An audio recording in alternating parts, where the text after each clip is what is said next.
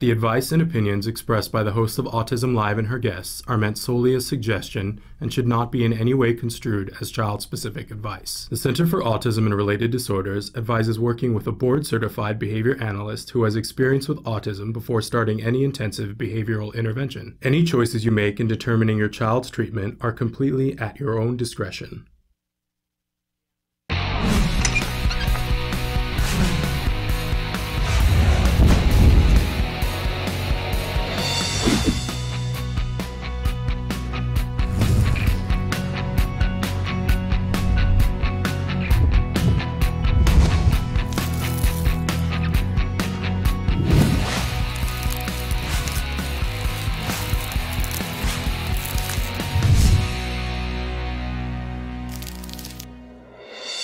Good morning and welcome to Autism Live. I'm Shannon Penrod. We're webcasting to you live from the Center for Autism and Related Disorders headquarters in Tarzana, California.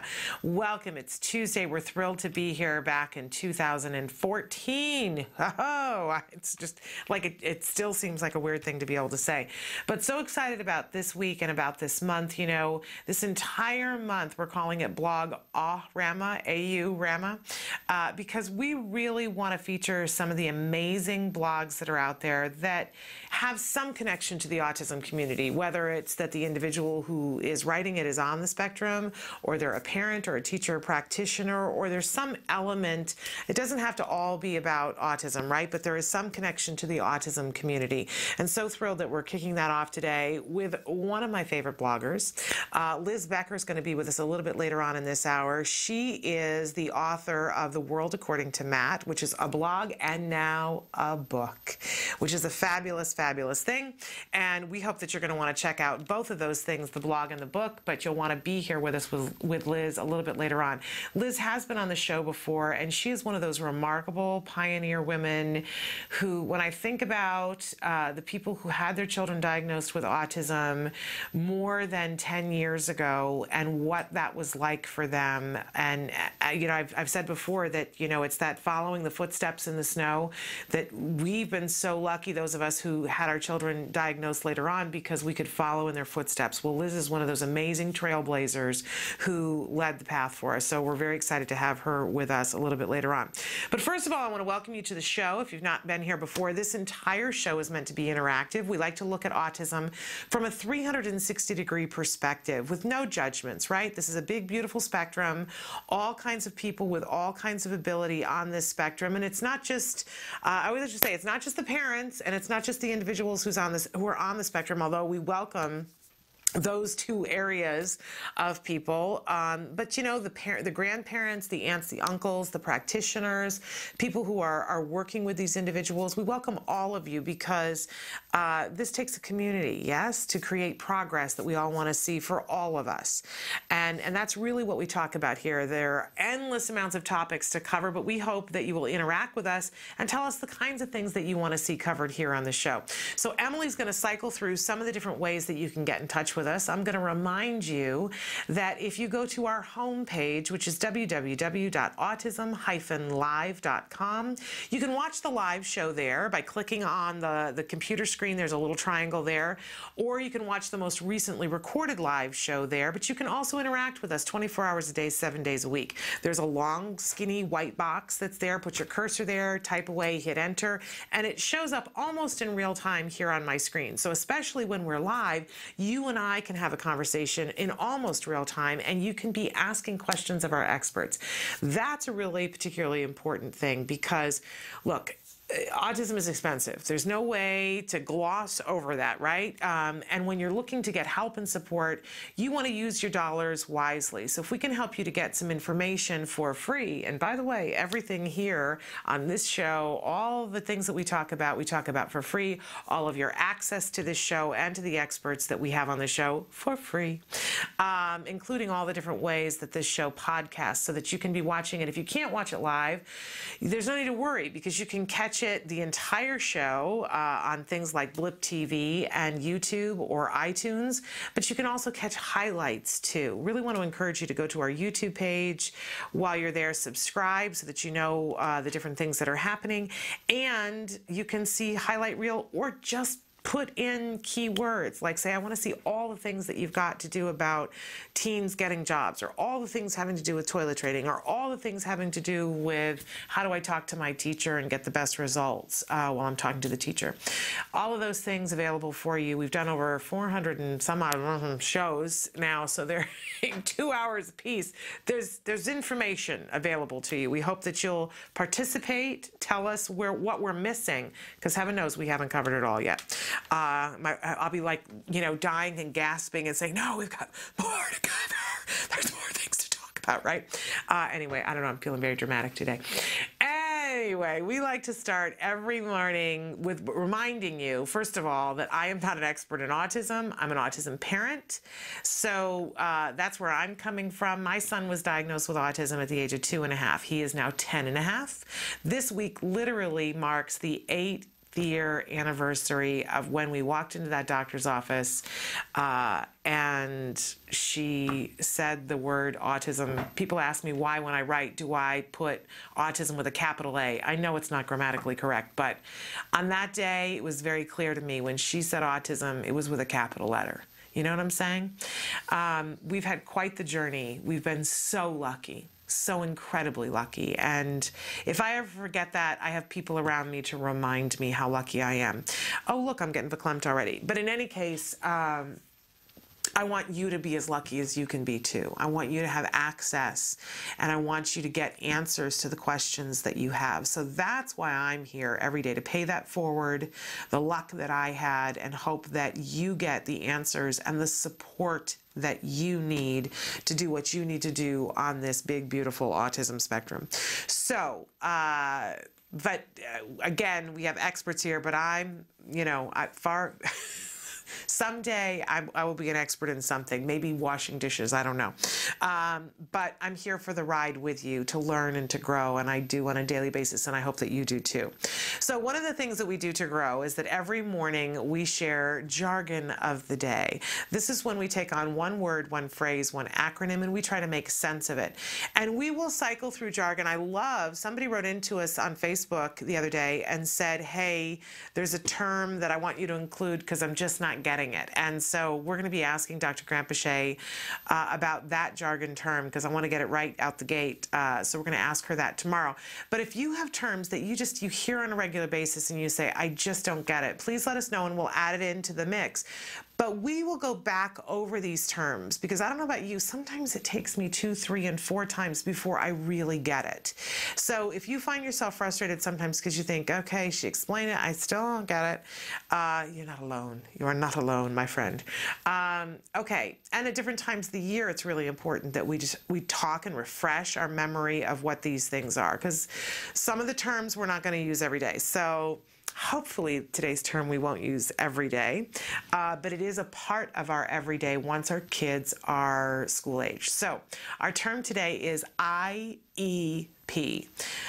We always like to give you the actual definition and then give you a somewhat, user-friendly version that may not be 100% correct, but gives you an entree into understanding what in the heck are they talking about. So IEP, what does that mean? It's an individualized education program or plan, depending on where you are in the world, where you are in the United States. Some people call it program, some people call it plan. But the main thing is that you understand it's an individualized education program or plan. It is a federally mandated legal document that details education goals for a specific child within the special education scope. Every child is not entitled to an IEP. So when you walk into a public school and you see all the kids that are lining up to do whatever, they're not all entitled to an IEP. Most kids are subject to the curriculum that is set up, and now we have the core curriculum here in the United States, so that all kids will be responsible for learning the same amount of information. And it's not just the kids, right? The people who work with the kids are responsible for making sure that they learn that curriculum, and if they don't, they're supposedly fired. I know, it doesn't always work out that way. But by the way, the teachers who go above and beyond don't always get rewarded, right? Former teacher. In any case, though, an IEP, you have to have some sort of a diagnosis to qualify for it. In different states, there are different criteria, but autism is one of many reasons that you can qualify for an individualized education program. Do you want your child to have an IEP? Well, if you want for people to look at your child as an individual, yes, you do. And that's exactly what it does. It individualizes their education program. It means that you can color outside the lines, which is sometimes exactly what our kids need. So let's take a look at our working definition here. Individualized education program, a written plan to educate a child with special needs that must be followed. And this is really the key here, is that, people tend to get upset around IEP time because there's a lot at stake. Because it is a legal document, it specifies that all the people who work with your children must be working on very specific things. So if at the beginning of the year you say, you sit down with a team, and it really is supposed to be a team that you're included on, and you say, here are the goals, and they say, here are the goals that we have, and you agree on them, or you put forth goals. It can work both ways. And you can do both simultaneously, but at some point, you agree by signing off on it and saying, this is what I agree that we're working on for my child for this year. And what you really want is for your child to be having conversation, there has to be either a goal in there that works towards that or defines what that goal is. Otherwise, the school is not responsible for working on it. And if it is in there, whether it's hard or easy, they are responsible for working on it and responsible for being accountable if the goals aren't achieved. So sometimes, I certainly have had the experience where we got more done in a year than other years. And it isn't always that the teacher is better, whatever, because they're supposed to be following that IEP. And by the way, if they don't, you have legal recourse and they know it. You have to use it, but it is the hammer that you hold over people's head later in the year saying, you must do this. I don't care if it's hard, you have to do it. And if you can't do it, then you have to explain why you can't. So the IEP really is the roadmap for a successful year or a mediocre year. And that's why we all get a little tense around IEP time. I wanted to have this as the phrase for today because we are moving into IEP season. And most people start to get their IEP invitations in March or in April, but we want to start getting prepared. If we're prepared, whether you're a teacher or a parent, if we're prepared, the IEP is going to go better, which means next year will be that much better. And we're also going to be pushing to have the IEPs upheld this year, right? Okay, so IEP, Individualized Education Program or Plan, okay? Moving on, we always have a question of the day for you. Our question today, and we're at the beginning of the year. We asked you last week about New Year's resolutions. So today I want to know from you, if you could change one thing, what would it be? And no holds barred on this one. So it could be something you change in yourself, something you change in the world, something you change in your child, something you change in your spouse. If there's just one thing, if you could only change one thing and you had the infinite power to be able to change it, what would it be?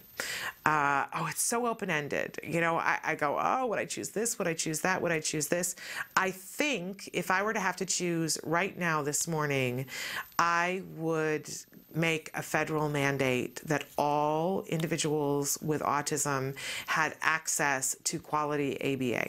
That's what I would do today. I would make that a reality, and then I would breathe a huge sigh and wait for the avalanche of issues that would come in, on the heels of that. But that's what I would change today.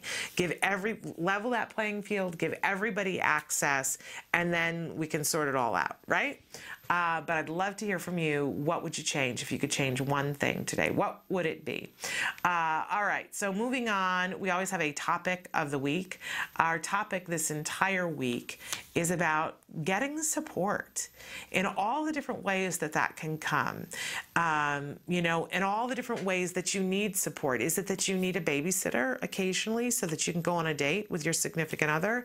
Is it that you need somebody who will listen to you and not be judgmental when you you say, some days I don't feel like I can do this, right? Is it that you need the financial support? I mean, because I think all of us need all of these things, right? So where do we get support from? Who do we get it from? How do we get it? How do we ask appropriately? How do we ask specifically for the things we want? We're going to be talking about that all week long. Some of the different things that we're going to be talking about today. Alex Plank is here from wrongplanet.net. We're really excited to welcome back to the show in 2014. And I specifically am going to be talking with him today. We're going to talk about a lot of different things, but one of the things I promised him that I was going to ask him is, where do teenagers go to connect and make friends and meet other people and socialize? So Alex is going to be here with us to talk about that. I mentioned that Liz Becker, wonderful autism blogger, mom, and blogger author, autism author and blogger author from The World According to Matt, will be here with us just a little bit later on in the hour. And I'm not sure if Matt Asner is going to be with us. I still hadn't heard this morning. We put him on the schedule. I'm thinking he's not going to be here, but we have lots to cover, including our healthy eating tip this morning. We're going to be talking about what to have in the pantry because it's flu season. It's coming. I know a lot of you are already sick and some of you are afraid of getting sick. What to have in the pantry when you've got kids on the spectrum, people on the spectrum, to make sure that everybody gets healthy, stays healthy, and gets healthy again as quick as possible. You're going to love these tips. So all of this and much more, stick with us. We'll be back after these messages.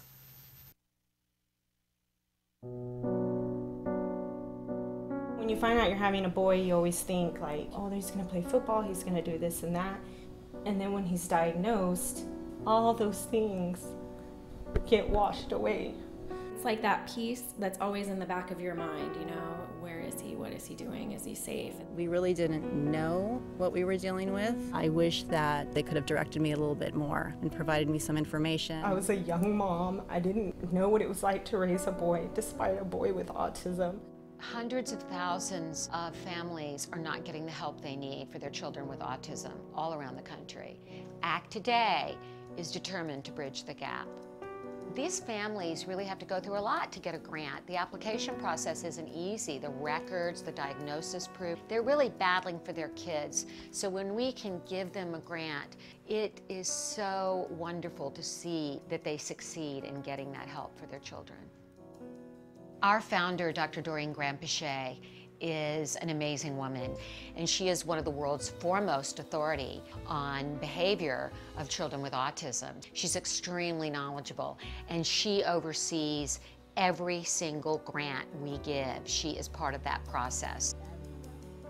People may think of autism care and treatment as simply schooling or therapy, but you know, we provide important safety supports, things like fencing, for example. The whole family's living in fear of that child running out into traffic. I recently delivered an iPad to a little boy with some of the apps that are out there for children with autism. Miracles happen. I got the iPad from ACT. From ACT, What did it say? Can you repeat that, Dustin? I got the iPad from ACT. We have helped so many military families, and when I think of these brave families that are fighting two battles, one to protect our country and one for the right treatment and care for their children, it breaks my heart, and I think we have to do more as a nation to help them. There's not a day that doesn't go by that we don't think about it. Some people say, oh, he's normal. You don't see the battles that I see every single day. My husband does have to deploy, and when they get on that bus, that might be the last time that my kids ever see them. So I called, and they informed me that he had received the grant, which was like a blessing from above. I was just like speechless. I just started to cry because, you know, without it, we would have been lost. The ACT grant was a total miracle, and without that, they wouldn't be able to receive the service dog. So we're so appreciative what they've done for us as a family.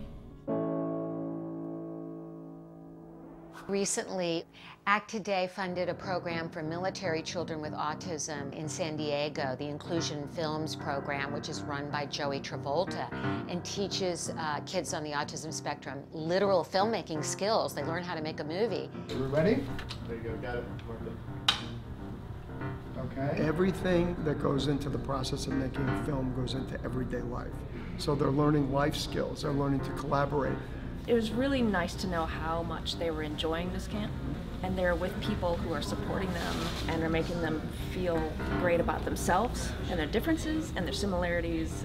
And I get 2 kids that are working together and apart and together and apart, so it's an interrelationship as well as a camp and a learning experience.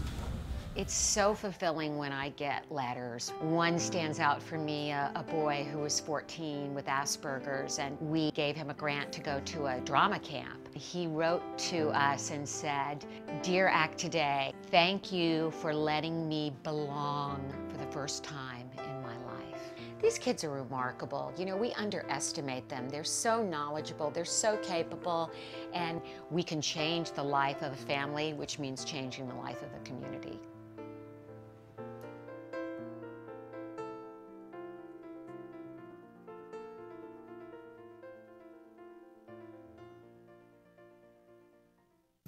Welcome back. It's flu.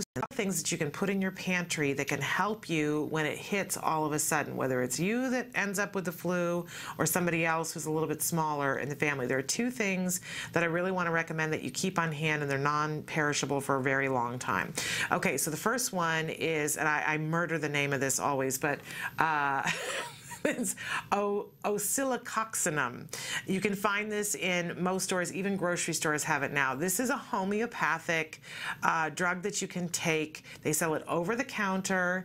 What it is, it comes in little vials. It's a little, they're granules, and you stick them underneath your tongue. You can put it underneath a child's tongue, so you don't have to worry about them swallowing. You just pour them underneath their tongue, and you let them dissolve there. And this really helps. If you read it, helps with body aches, headache, fever, chills, fatigue. It is amazing. I use this with my child, and it really makes a superlative difference. And there are other things that you can get from the doctor that I'm frightened to give my child. This I'm not at all frightened. And by the way, you can give this while you're giving other medicines. You don't have to, that schedule of, oh, I gave this, do I have to wait 2 hours? This is incredibly safe, and you can give it to very small children. Make sure you read the directions and follow the directions, but this is a great thing to keep in your pantry for everybody. And then, of course, we know that with the flu, one of the biggest things that we have to be careful of is that we don't get dehydrated. And there are lots of things that are available on the market, but of course, a lot of them come with artificial colors and flavors and sugars and things like that, and they're not necessarily organic. But this is Recharge. This is a great thing to do. It is the equivalent of a sports drink, but it's also the equivalent of some of those drinks that we give babies that are, appropriate for when they're sick. So this can take the place of both of those. It's organic in this flavor. This is organic lemon. It uses lemon juice, so it tastes good. You're not going to have them gagging and sputtering and coughing and throwing it up. It tastes good, and it builds the electrolytes back up. And it's organic. So having these 2 things in the cabinet and knowing that on that day when you need them, you don't have to run out to the store. The other thing that I recommend having in your freezer is some sort of popsicle. What we do at home is get fruit juice, and we freeze them in our BPA-free popsicle stick makers so that we have that on hand, because you never know when you're going to have that sore throat happening and needing to rehydrate a child in a slow way without having them, again, throw up. So these 2 things, and whatever kind of popsicle your child will eat, great things to have in the cabinet because it's flu season. We're going to take a break, and we're going to be back with Alex Plank. Don't go anywhere.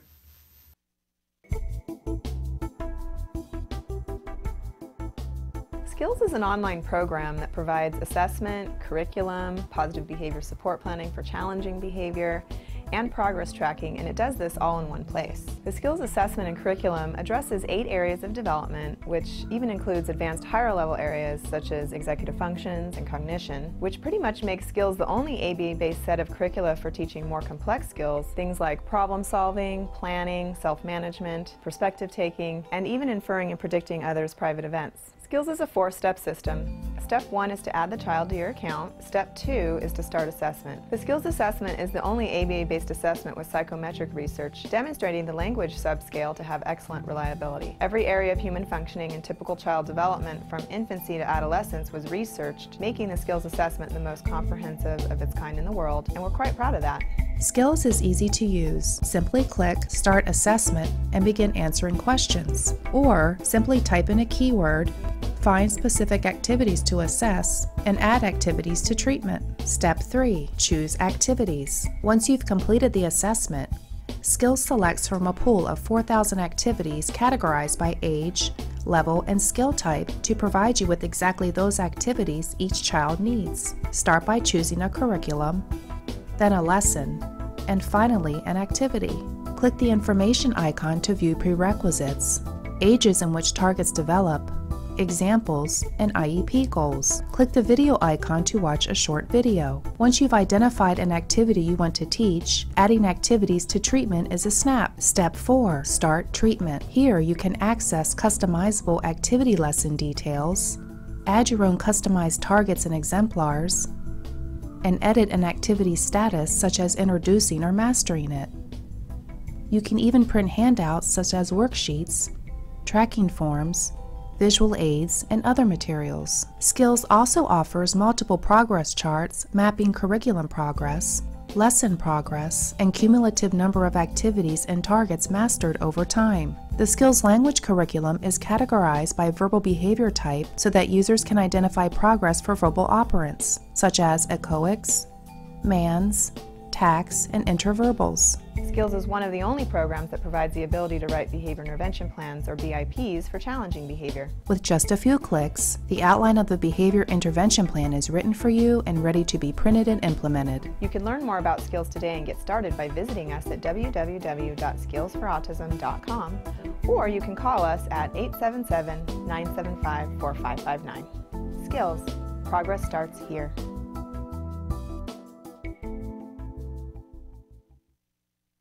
Welcome back to Autism Live. We're thrilled that we have with us in the studio right now Alex Plank, founder of WrongPlanet.net. Alex, welcome back to the show. Thanks for having me back. So thrilled to have you here in 2014. I haven't seen you since before the holidays, so did you have a good time during the holidays? Yes, I did. I had a great time. Did you do anything really exciting? Really exciting. Well, just sort of standard holiday things. Yeah.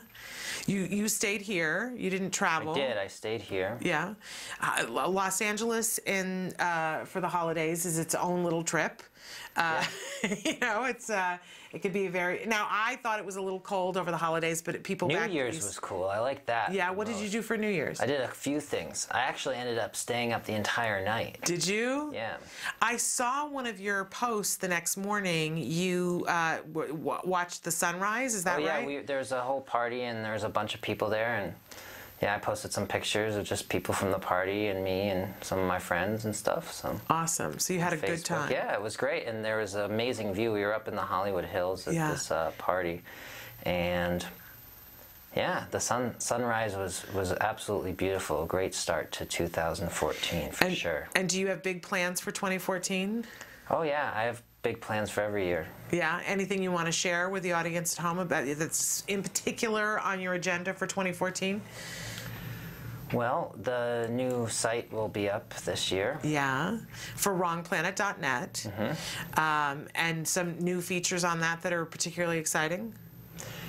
Yeah, it's going to be completely revised and done from the ground up, so it'll be more efficient, it'll be faster, it'll look cooler. And we already have the designs finished, so you can see what they look like already, but it's not implemented. But once it's implemented, it'll be great. Okay. I mean, it's great now, but yeah, absolutely. WrongPlanet.net, amazing site that you created. We're really trying to promote the idea of sharing their creativity and sharing articles and making it easier for people to write articles for the site and post them on the site and put them on the front page and get a lot of viewers of that. I mean, most of our traffic, I think, goes to the community. Yeah. We have, you know, 80,000 plus members now. Yeah. And it's really remarkable, and a great site for everybody to visit. If you haven't been to WrongPlanet.net, something that you need to do early and often, because you'll learn a lot while you're there.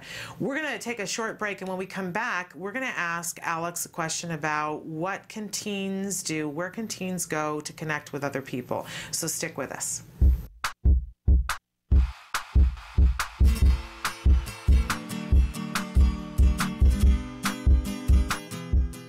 Hi guys, welcome back to Smarty. It's January and a whole new year has gone by. To commemorate that, Autism Live and Smarty have decided to give you a template to make your very own time capsule. The materials you'll be needing are glue, a jar, photos, keepsakes, pen, and a template you can print from facebook.com/autism-live.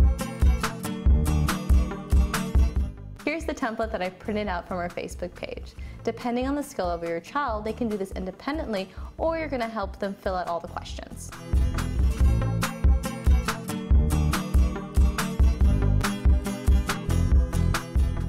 Once you have finished filling out the time capsule sheet, I've left 2 spaces on the top, one for a school photo, one for a family photo. Feel free to glue an image there.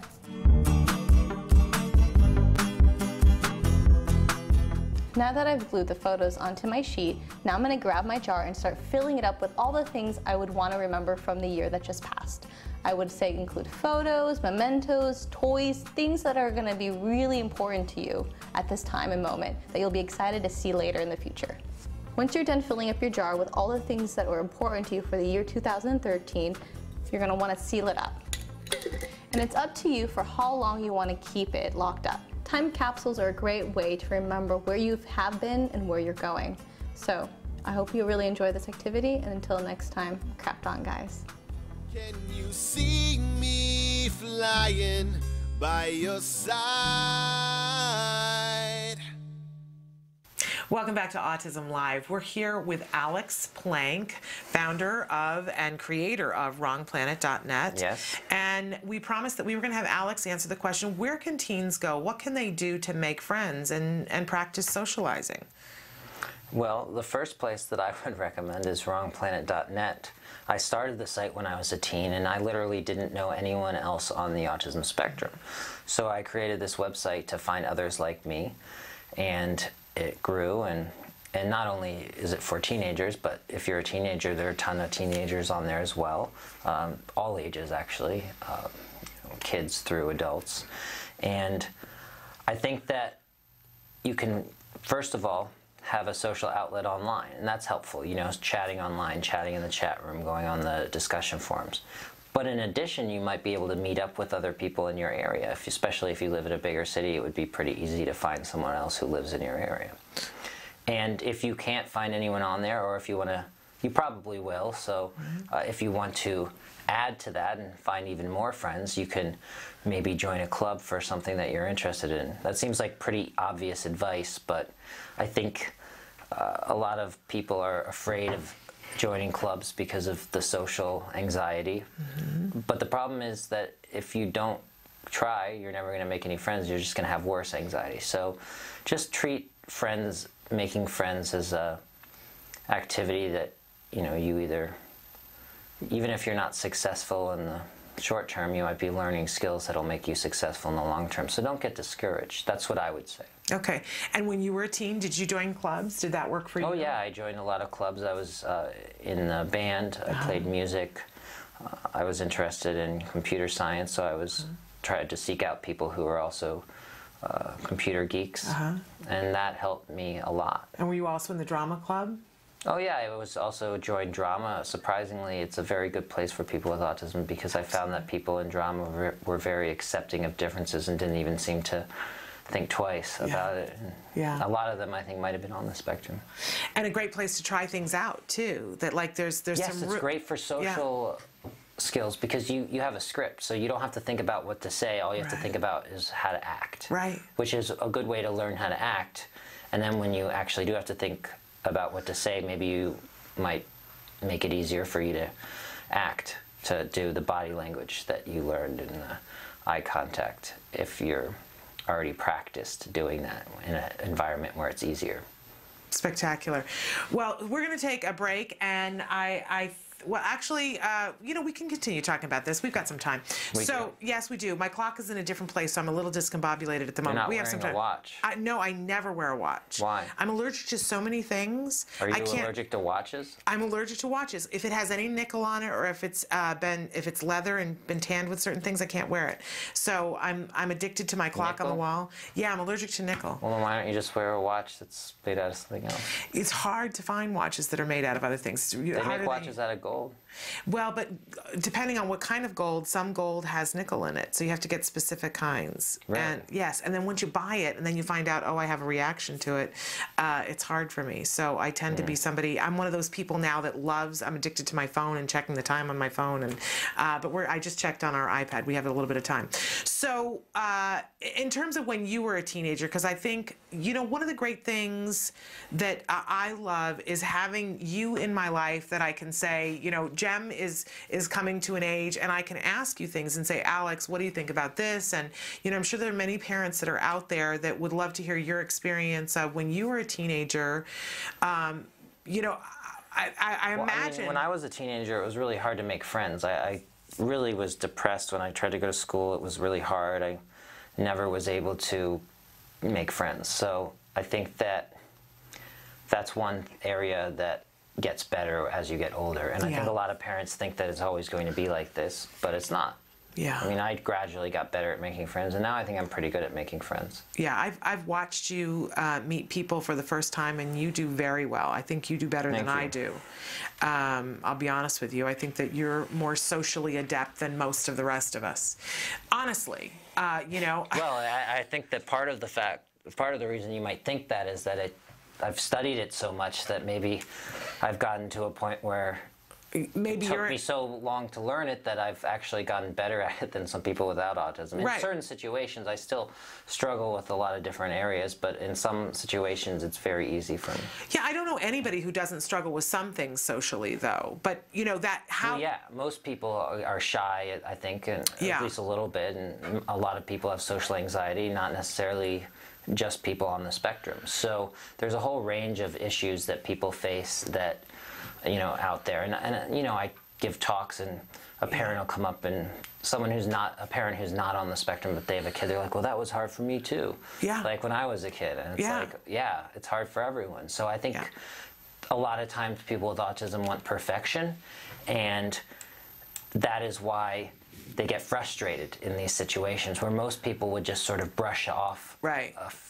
quote failure in a social situation. Someone with autism would focus on that and wonder why for a while. Yeah. Did you happen to watch the Golden Globes on Sunday? No. There was a moment when Amy Poehler played like a 15-year-old boy for a couple of seconds. She was pretending to be Tina Fey's son, her 14 or 15-year-old son. And he came out and he was very socially awkward, and because she was playing a 14 or 15-year-old boy, and not a 14 or 15-year-old boy on the spectrum. And it reminded me, all boys at that age are a little socially awkward. My mother had an expression about, so-and-so hasn't been fetched up. Fetched up? Fetched up. You have to be grown up, and at a certain point you get to the point where you understand these things. But she would say, oh, so-and-so hasn't been fetched up yet.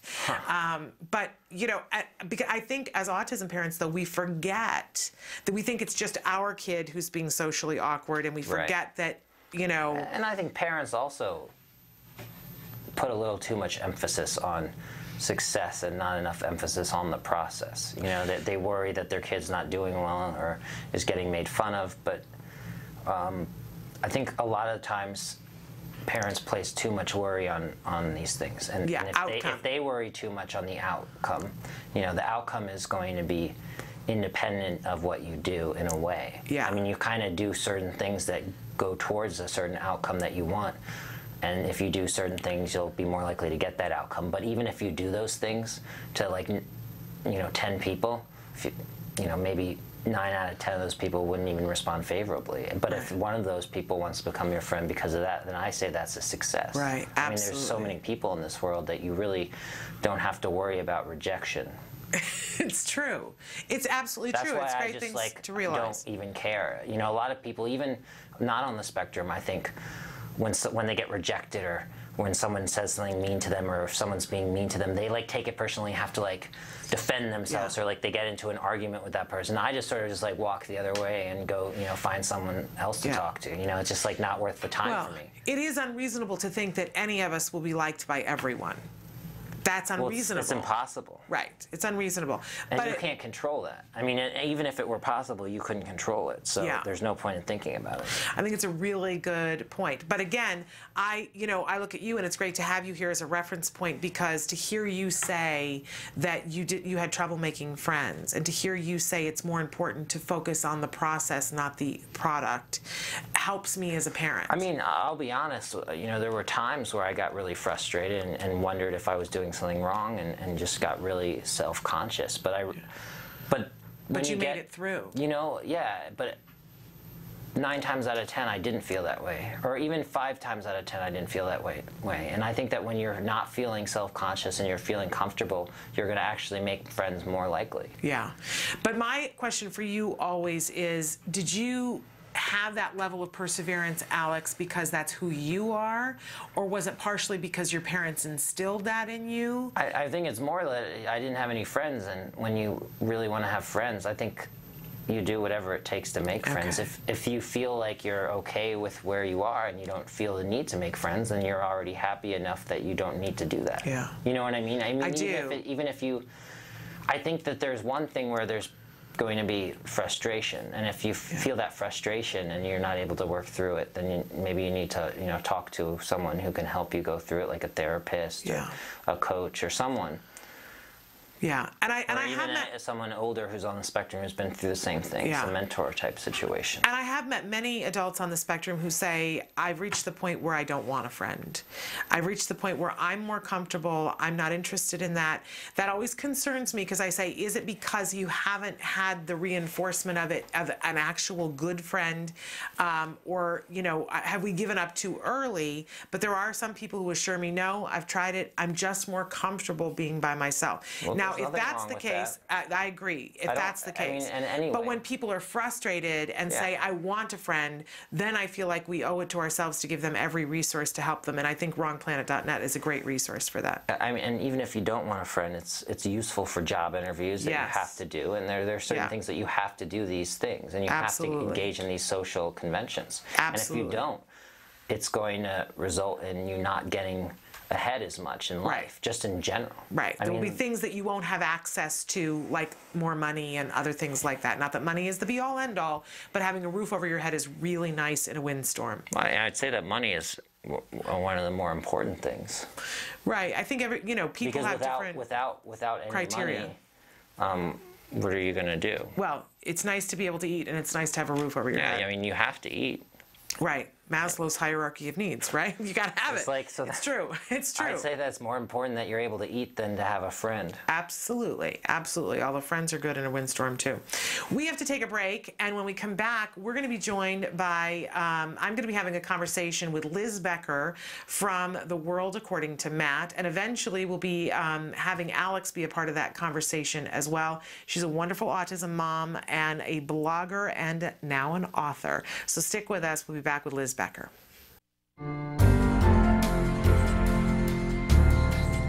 What do you think about the prevalence of autism, the rising number of prevalence, and what are your thoughts on what this world is going to be like with so many individuals on the autism spectrum? I think a lot of the increase is just increased detection on the milder spectrum, but I think there is some severe autism that's increased. Older parents having children would be one factor. Lack of vitamins, like B vitamins prior to pregnancy, chemical insults, taking prescription drugs in the first trimester. There's a whole lot of little insults like this that can interact with susceptible genetics. I work in a technical field, and there's mild autism and Asperger's and dyslexics all over it. One of the best millwrights in the feedlot industry is severe dyslexic.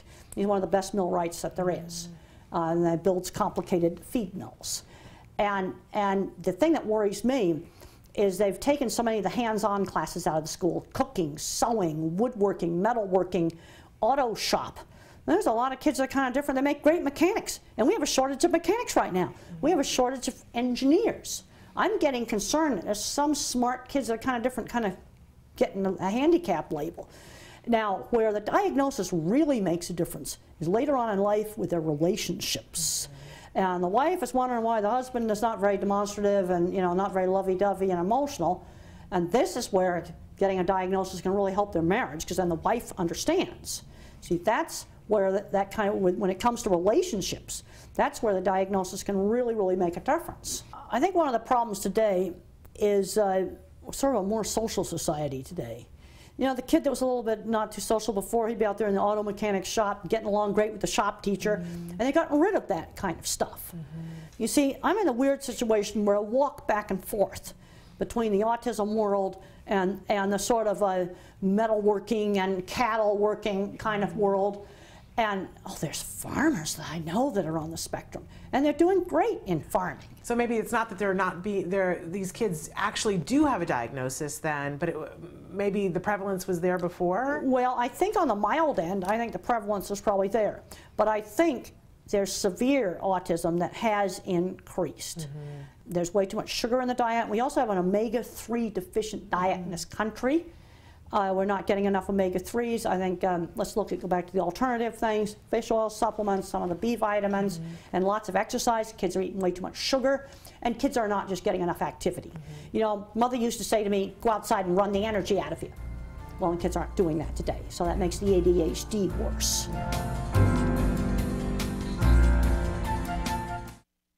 Welcome back to Autism Live. All this month of January, we're calling it our Blog-AU-Rama, A-U-Rama, where we're featuring all kinds of autism blogs, and we wanted to start that off with a bang. So we've got one of our favorite guests, Liz Becker, is joining us via Skype, and she is an amazing blogger, an autism mom, and now an author. So Liz, welcome back to Autism Live.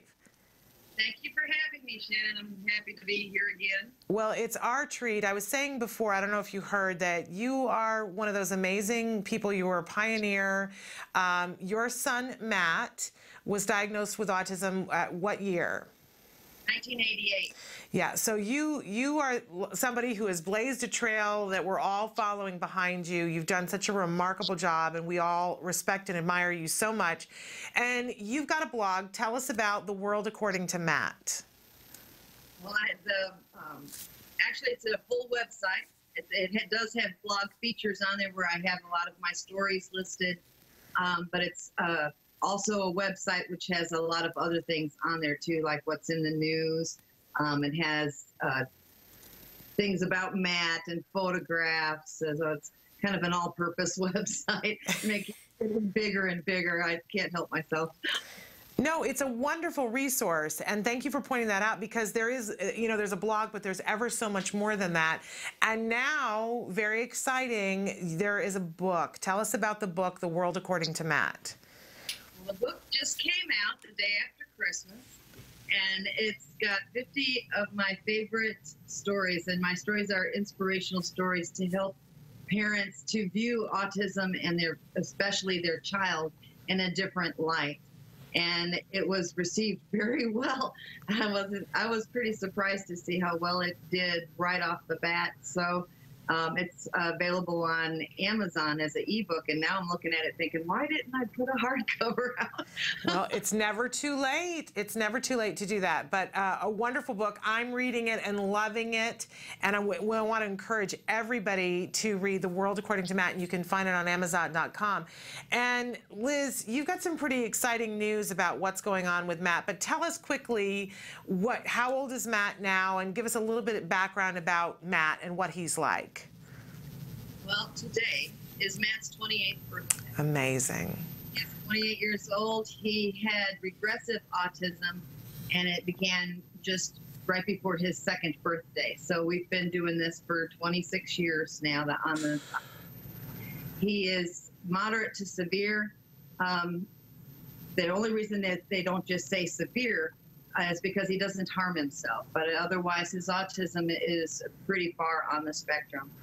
He's mostly nonverbal. He can speak, but he chooses not to a lot. And when he does speak, sometimes he gets his words mixed up or backwards, kind of thing. The prognosis for this was, you know, you will need to institutionalize him, and you're not going to be able to handle it. And right now, Matt is living in his own place. He's independent. He's got an apartment. Actually, we are Skyping from Matt's apartment. You know, I just got chills, Liz, because we've been following on the blog, and as you've gotten ready to, and you know, move him into his own apartment, have him move into his own apartment. It's really a remarkable story. And again, we want to encourage people to go to your website. It is The World According to Matt, and to read the book, The World According to Matt.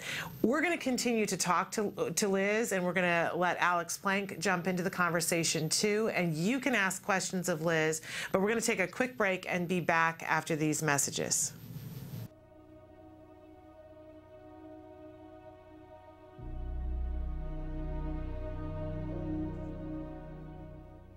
Hello, fellow activists. Last week, I introduced you to step 5 of the 10 steps to empowerment, shore up spiritually. Let's talk more about finding ways to do that, how to find out what lifts your spirit, feeds your soul, and make it a practice. That practice is different things for different people. It could be the practice of meditation, of prayer, of community worship, or serving others. But it's the practice that will give you hope and faith and strength for the journey ahead, for the marathon journey of raising a child with autism. I get inspired every day by the families of children with autism that I come into contact with, like the parents of the nonverbal child who have not given up hope that that child will speak one day, or the grandparents who should be enjoying their retirement but instead are joyfully raising their adult grandchild with autism, or the mother who is fighting for services for her daughter while her Marine husband is fighting a battle to keep our country safe. They all inspire me. My grandmother, Diddy, who is an angel who still guides me every day, had this quote inscribed in her Bible: "I sought my soul, but my soul I could not see. I sought my God, but my God eluded me. I sought my brother, and I found all three." I think I'm finally starting to grasp the meaning of that. So feed your soul, lift your spirit, and until next time, keep the faith.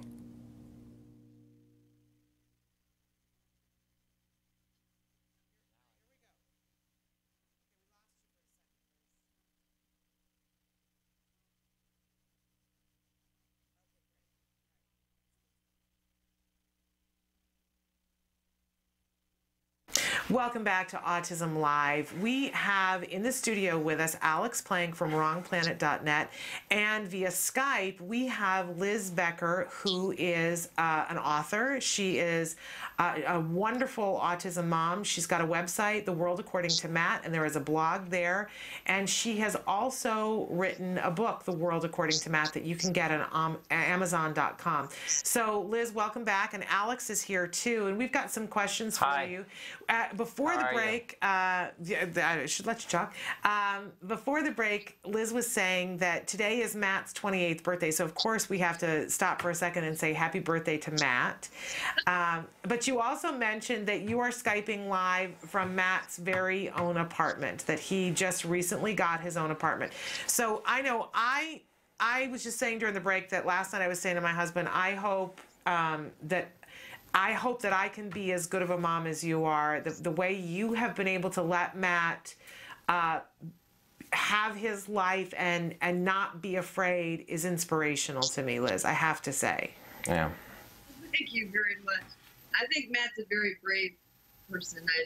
His courage drives me. We feed off each other pretty well. And he wanted his own apartment, right?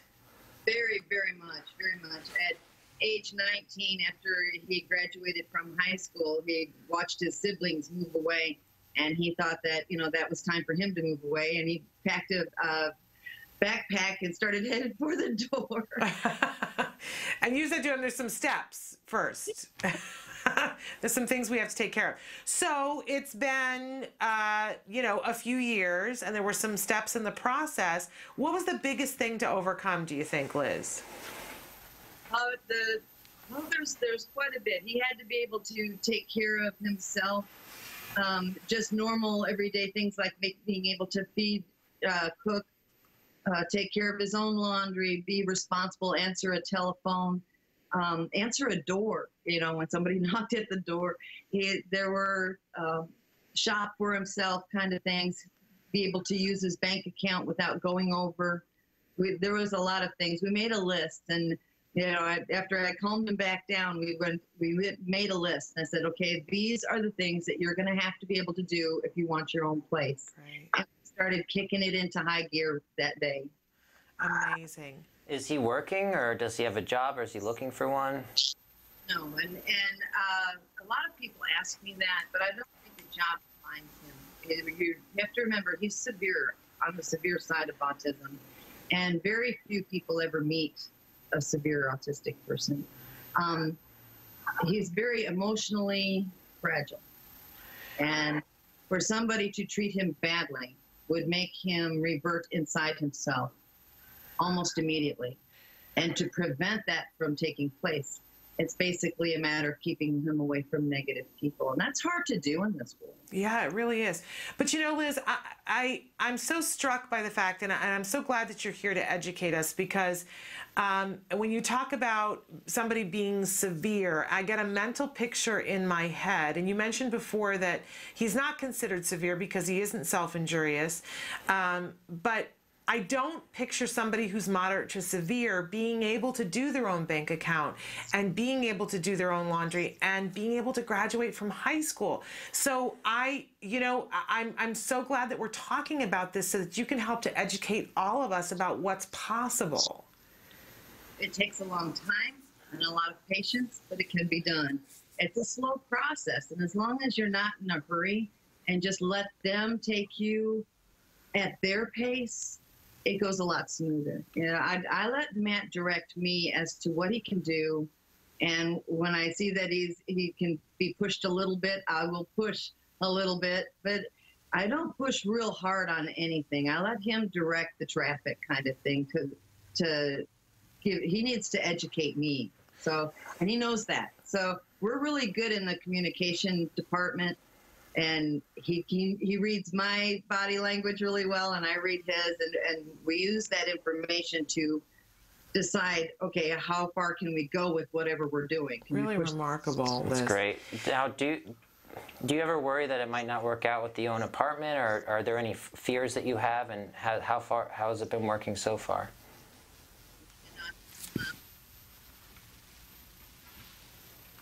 Fear part is all the what ifs that always pop up.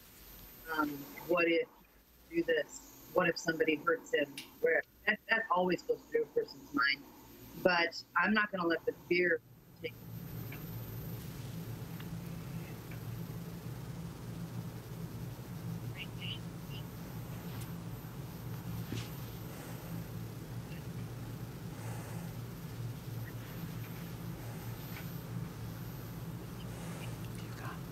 Okay.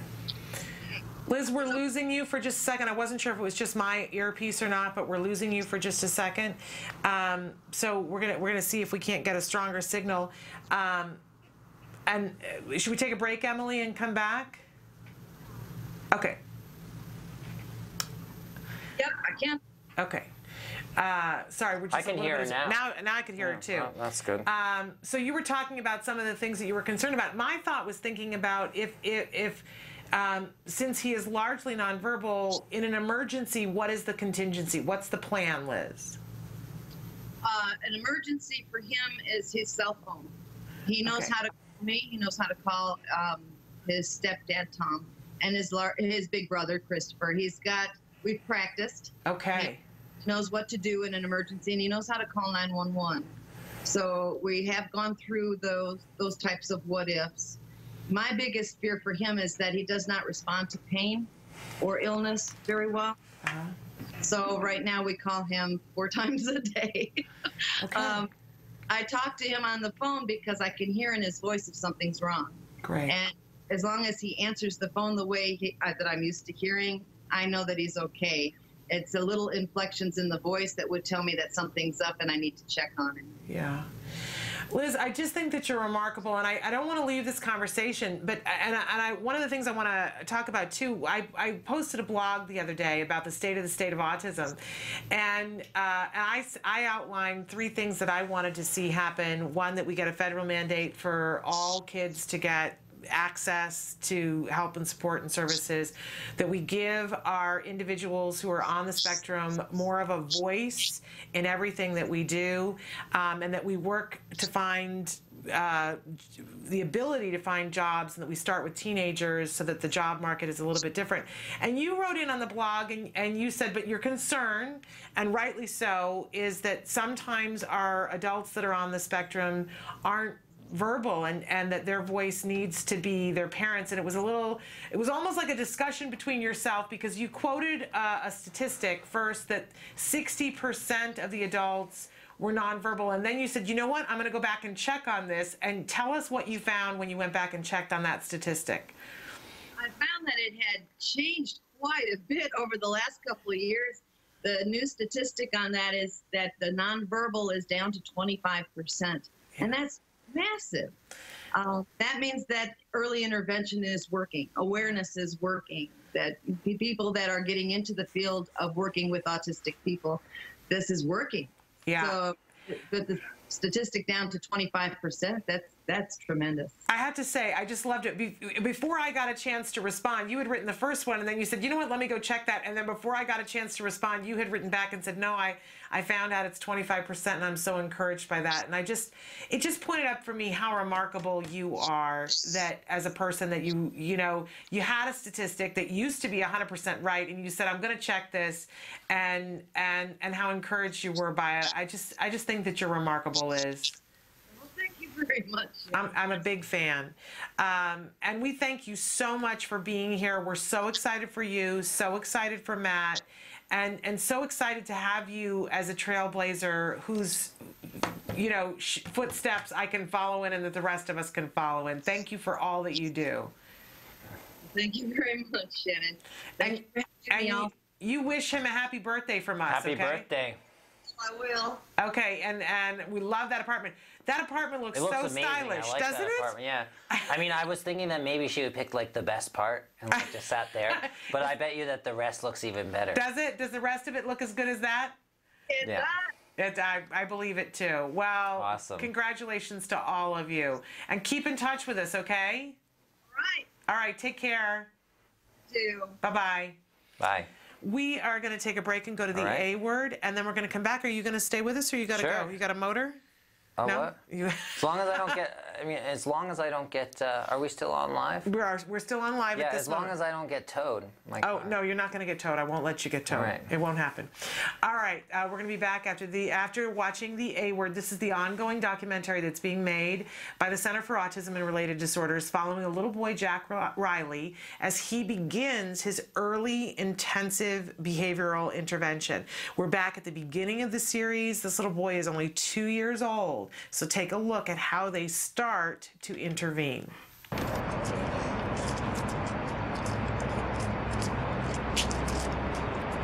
Hey, can I have your hand? If everybody's agreed and held hands that early intervention is key, then I can't imagine why. If the original center knew on November 2nd that they didn't speak or make much noise at all during the evaluation, they knew that on that day. I can't comprehend for the life of me why it would even take a month to start speech therapy. That doesn't make any sense to me.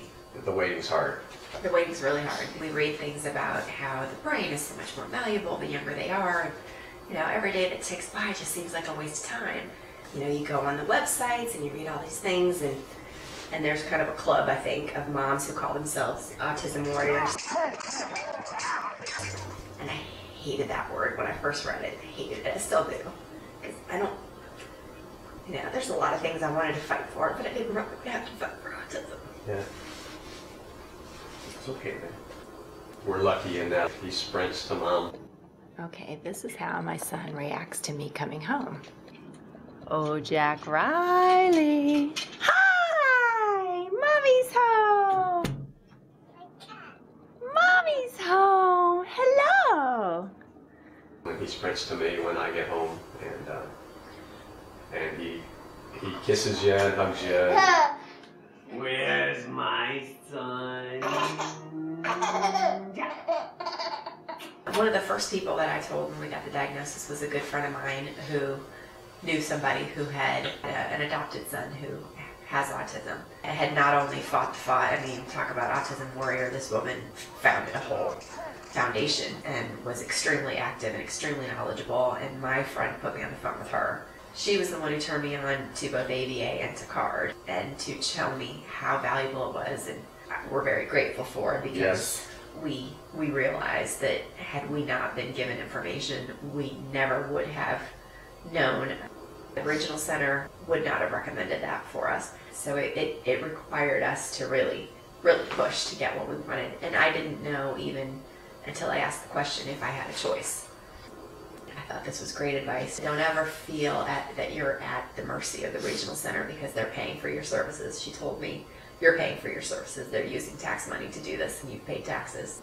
Intake at CARD was actually a much more pleasant experience than the regional center evaluation. I think in part because we'd been through it once and it wasn't as scary for us.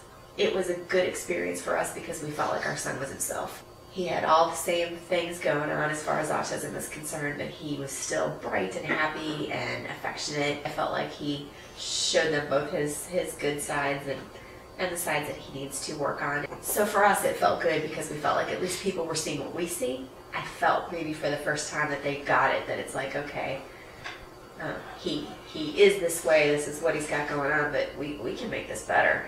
At first it was exhausting to think that every single thing was a teaching moment, that every single thing that he did, and I know that, you know, I would say something to him and he'd be like, really? Can we just feed him? Can we just feed him dinner and we don't have to worry about it? But now even that's not as exhausting because it's sort of starting to become more natural for us, so that it doesn't feel as awful. But I remember feeling guilty just for being with him all day, and then, you know, just sort of sneak the TV on to Sports Center in the afternoon, and he's playing with his Legos, and I just back up and lean against the sofa with him between my feet, but I wasn't really watching him. I would just try to watch Sports Center for a few minutes, and then I'd always feel guilty and try to get over that. So, no more guilt. I think we're teammates. That's the best thing. Is I feel like she's on my side, I'm on her side. We sort of, we've been lucky that my weak moments are his strong moments. Well, on a personal note, is the camera still on? It is. On a personal note, I would be lost. She really dove in, and I mean, I've Googled autism, and I still don't understand it until she explains it to me.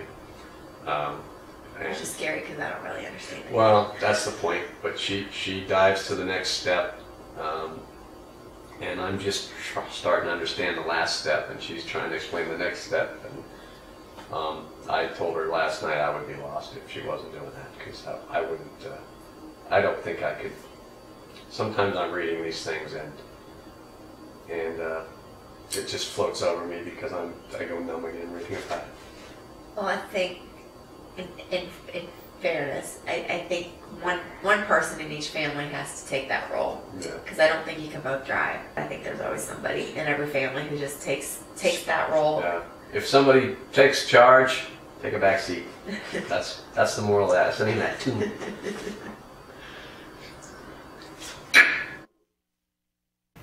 Welcome back to Autism Live. That was, of course, the A Word, an amazing ongoing documentary, and what you just saw was really the second in the series. So the family is, you know, just finding their feet. We encourage you to go to their YouTube page, watch the entire series, or watch at different places as they pertain to what you're trying to do in your home. It really, there are over 2 years of episodes now, so you really can see an arc from when this child started therapy to where he is now. And of course, I've told you that one of my focuses this year talking about that we want to talk about a lot, that we're going to talk about, is the difference between ABA and quality ABA. That I'm seeing more and more the discussion that there are some very bad old ideas about ABA and some people who are doing some bad old ABA, and we want to make sure that everybody gets information about what quality ABA should look like. If you watch the A Word, you'll see what it should look like. That this is what we're fighting for, not that old idea of ABA, this newer idea of ABA. So I hope that you'll watch and tune in and watch that. Now, back to us being here in the studio, we are here with Alex Plank, who is the founder and creator of WrongPlanet.net, and thrilled to have Alex with us. Somebody had written in a question that for teaching executive function skills, what's the best academic planner we can use to copy assignments? And I said to Alex, I wanted to talk with him about this a little bit because you know, there are my son's school and a lot of schools on the first day of school, because he's still in elementary school, they give to the kids a planner, and it is a spiral notebook that basically is a day planner kind of thing. You can fill in the dates on things or weeks. It has Monday, Tuesday, Wednesday, and you can put the date in there, and it has a block, a square with lines in it so that they can write down their assignments, so that they can track things. And it, you know, it's functional. The spiral comes undone, and once a week I have to redo the spiral, and I practically lose my mind when I do it. And it doesn't give a big enough space for him to write everything, and it's a little frustrating. One of the things that we did last year for his birthday, he turned 10, and I would never have believed that I would do this, but we got him an iPhone for his 10th birthday, because it was my hope that we could start to begin to teach him how to, in the notes section on his iPad, write down what the assignments. Now, the school really doesn't want him to take he has it at school, but he's not allowed to have it out. That doesn't make any sense if that's his... Well, I can ask for it in his IEP this year. Yeah, you should do that. But I wanted to talk with Alex a little bit about, because during the break, I was saying, is there a planner that you recommend? And you were very adamant about, we should be doing these things where? Well, you should have an iPad, some sort of tablet or you know, smartphone. For young kids too, I just think it's ridiculous that you would think that these schools are teaching them to use something that's not going to be used when they're adults. I mean, by the time that they graduate, I mean, there's no one's going to, right now, no one uses paper really.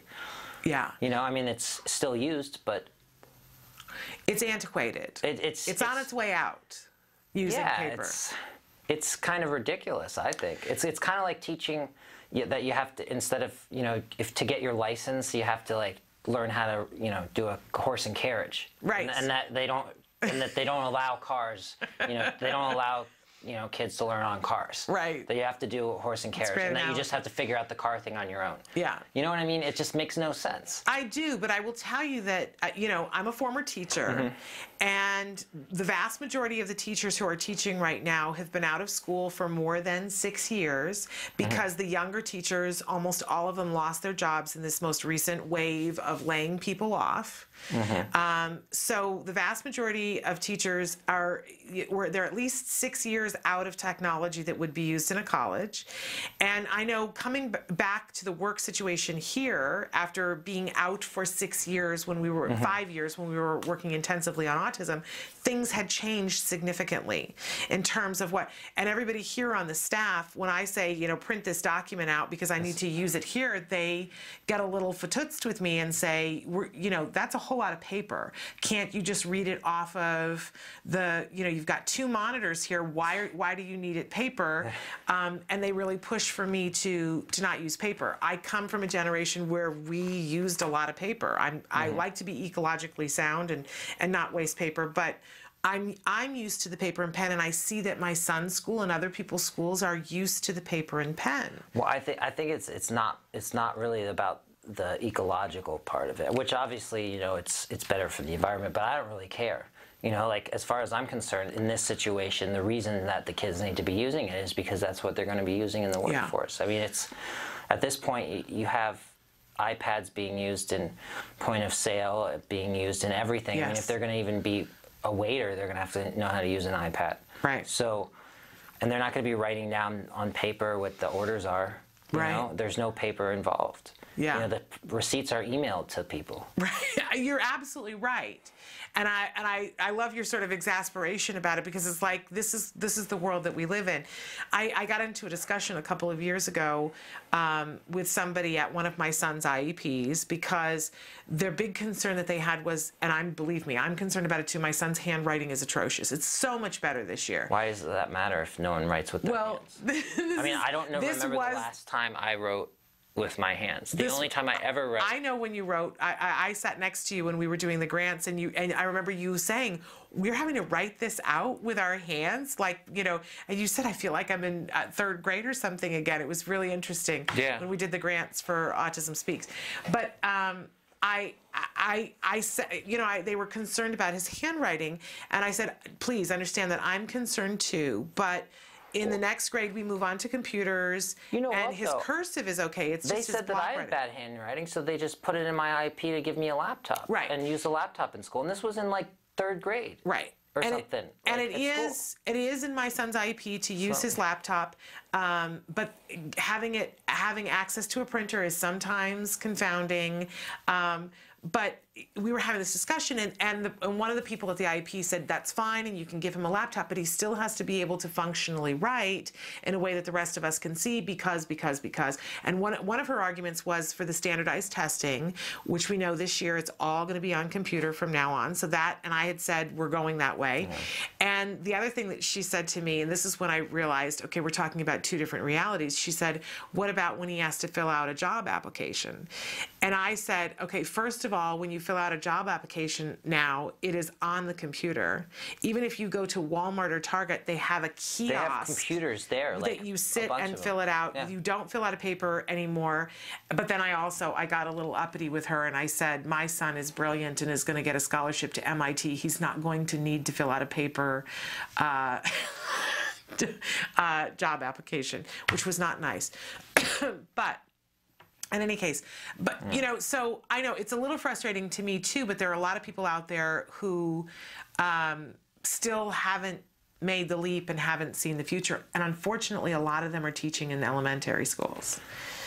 And elementary schools all of them don't have computers yet.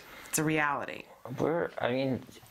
Is that really true that they don't have computers at these schools? It's really true. I mean, everybody is making the push but every school does not have a computer for every child. It's just so cheap. The vast majority. You know? I mean, it's if you can, they buy all these textbooks that cost when you add them up, when you could buy the same textbook in an ebook format for significantly cheaper. Listen, but look at what's been happening in LA Unified schools. They were going to roll out and give an iPad to every single student.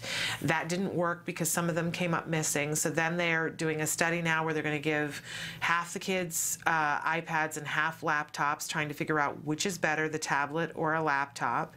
A laptop's better for typing.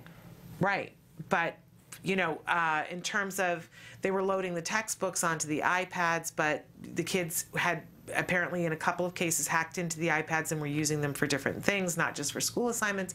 There are some measures. I don't think that we've caught up with what we need to do in order to make it possible for every single student to have access to something like that, unfortunately. Well, I mean, why does it matter if are they playing games on it? I mean, I had a Palm Pilot back in middle school. In the day? Yeah. And you know, there was a game on there. There were games on there, and other kids had Palm Pilots, and we played games. It's like, but we still used it to know when the assignments were due. In fact, that made us like it more and be even more likely to keep it. I think we have to go in that direction, but again, every school district can't afford it. Well, I mean, we're already in that direction. I mean, anyone who's not doing that is behind the times. Really. Yes. And any sort of excuses to why it's they can't do it is just them rationalizing the fact that they are behind the times and that these kids are being left in the dust. I mean, it's really. I agree with you. And our phrase for today was IEP, and we were talking about the kinds of things that you can request in the IEP. And you can request assistive technology in your IEP, and once it's there, then it's a legal right that your child has to be able to use a keyboard, to be able for everything. For everything. The handwriting test taking, is everything. You know, I will tell you that I find that the reality of it is infinitely harder than getting it written into the IEP, because you know then the printer breaks down one day, and they don't have the ability. They can email it to the teacher. No, but I'm talking about at school. Yeah. You know, my son will be there, they'll do an assignment, and he's done his on the computer. The rest of the kids did it on paper and pen, and then they go to print it, and he can't print. So, you know, we get behind a day or two. It can be frustrating Why do they need to print it? Why can't he just email it to the teacher and they'd be done with it? I mean, it's if well, and I can't remember what it was exactly that there was something he told me. There was something that to print, like you have to make a board with something. So I think they have to print it for that. That it can get in the way sometimes. Technology, if it's not working all properly, it can be so every printer in the entire school is broken. I mean, no, but the ones that his computer is tied up to, that's only happened like once or twice. But I'm just telling you, the reality of it sometimes feels like a wall that I have to scale. This is why I think that this is an issue. That these schools, they're clearly the people running these schools, the technology department must have something there must be some sort of disconnect. They must not know how to use technology, because when I was in school, I could print to any printer in the entire school from a computer connected to the Really? Yes, of course. You could go on the network and find the network printers and print to any single one. And now it's even easier because there's more technologies to make it easy. Like Apple has something called AirPrint, and Google has something where you can print. And all of these you can print from a phone to any printer out of the box. But I would also tell you that when you were going to school, there was much more money for education than there is now. All the schools are bankrupt, and there's very few. I don't think there is a technology person at my son's school. I don't think there's a technology department. I'll check into that. I mean, there has to be, because they have computers in the classrooms. Yeah, but there's one for the district, but not for the school.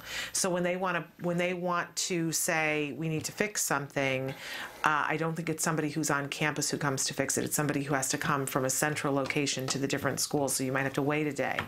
I think that's just the reality. I mean, what would they need to fix? I mean, if maybe one printer breaks physically, mechanically, but all the other printers should still work, And I'm not a technology person, so I'm here in the office, and on a regular basis, I go, printer's not working, it's flashing. I just think it's important for parents to push to make sure and to realize that there's no excuse. This is the kind of excuse that they give out when. I mean, they don't know what they're doing. They're just making up an excuse, to not have to implement this IEP. I don't think that. I will say this. I don't think that. And I know when I work here, there are days when I go to print and the printer's not working, and I have to wait for somebody, because I don't have the ability. Your generation, you guys know how to push. Probably my son could do it much easier than I can, because you guys were born to these kinds of things that, they existed for you. When I was born, there was no printer. There was no printer. You know what I mean? So for me, a printer didn't come into existence until I was in college. We had mimeographs. I know these are archaic. You could go to a museum and see things like this. But I'm saying to you, so it's a whole other language to learn for us. We weren't born to it. So I don't think that it's that they're deliberately trying to not do the IEP. I think they're trying to the best of their ability with some old equipment and not enough funding. I mean, it's surprising that they wouldn't have to be required to undergo training. Well, they have to, but if I had my choice of sending them to get training for how to fix the printer or how to deal with challenging behavior, I would send them to the challenging behavior training, right? And you only have a certain number. The teachers are being furloughed because there's not enough money to pay them on a regular basis for all the hours they used to work. It's bad right now with the economy. But I agree with you that the computers at some point have to become a priority, because otherwise our kids will be left in the dust. We have to take a break in any case. So let's take a break, and then we'll come back for one more segment with the fabulous Alex Plank. Stick with us.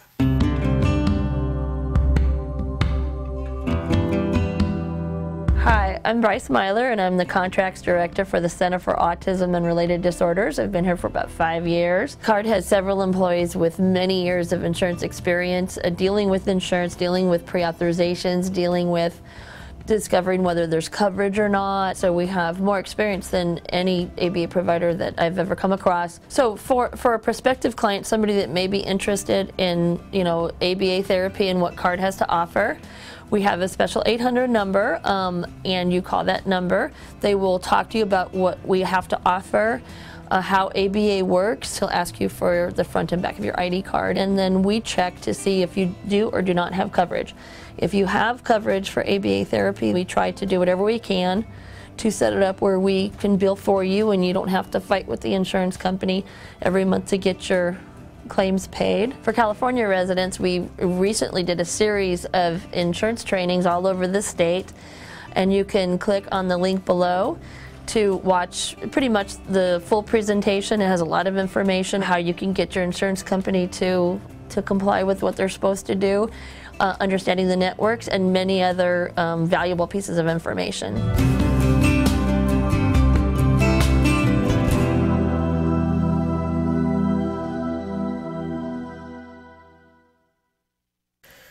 Welcome back to Autism Live. Alex and I were just talking during the break because, you know, we're both very concerned about what's happening in schools and what the technology is, and this is devastating news to you. And I see that it's devastating news to you. And I was just saying to Alex, if you think about it, you know, when you went to school, I mean, you've been out of school for over 10 years, right? Out of you know, you would have graduated high school like 10 years ago, right? Around there. Yeah. He's doing the math. Less than 10 years ago. Okay, but, you know, how old are you now? 27. Okay, so it's almost, so in this year, maybe it'll be the 10th year. And so when you were in junior high school, then that's like 14 years ago. So the technology that you were using then and the computers that were available in your school then, if they are still the same computers, it's way behind the time, right? In reality, they probably, in order to stay abreast of technology, they would have had to have upgraded like 3 times since, in order to stay abreast of things. My mom's a teacher, and she's always showing me all the new things that she has, and they're all computers that just came out. Like, she's like, here's the new, you know, the new Chromebook that, you know, that I'm using for the school, and here's. But do each one of her kids have one in her classroom? You know, they have carts. Yes, that's what my son's school has. I mean, so there's, I think there's a lot of them. And there are Chromebooks on those carts? You know, I don't know the specifics, but I remember there were carts when I was in school, and they were always upgrading them. I don't know what the carts always have, but there definitely are carts. Yes. Maybe their school system has more funding. I don't know. Yeah. Well, and I don't think that's true. I think California has a lot of funding. They don't. It's a really dire situation right now. And I know that in particular, my son's school doesn't have a whole lot of funding. I just recently found out more information about how little funding they have. And there are carts and there are smart boards, which is exciting that there is that level of technology. Yeah, I mean, but not every classroom has a smart board, and not every classroom has access to a cart. They reserve it for certain grades, and so there's not enough for every single child in that school to have access to a computer on a daily basis. And the computers that they have are not the most recent ones. They have little netbooks that they're learning how to surf the net. It's not completely it's not like... but I know a lot of people who don't even have that in their schools. The only difference between new and old computers is the new computers are faster. I mean, a computer from 10 years ago can still connect to a wireless network and like surf and use the internet and go to these But there is a difference, because if you stop and consider the iPad, I'm not aware of a single iPad for a student at my son's school, which is not to say that they don't have, nobody has them, but I'm not aware of them. Now that's an entirely different, you know, I know when we got an iPad, I was like, what? You know, I don't understand. How do you use this? And it took a little while, just like I'm trying to learn how to use my iPhone now. It's a different operating system. At home, I'm using a Mac now as opposed to, you know, a PC, and it's a whole different thing. Way back when, the first computer I ever used was a Mac, and then I switched to a Windows platform, and you know, I can see the benefit of teaching a young student on both, so that they can go back and forth and use back and forth. Yeah, I mean, I think it really is not, the platform is not the issue. I think it's the technology, having a laptop at all. It really doesn't matter what it's running or what it's doing. I think that, you know, if you teach a kid how to use that, then they will be able to use something else. But you don't see a benefit of making sure that they can use both? No.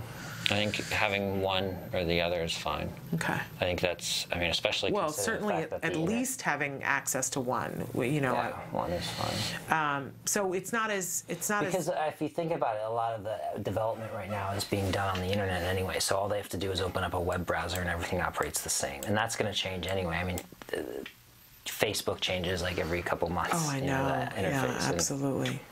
Just when I People get figure used it to out, WordPress, WordPress changes everything.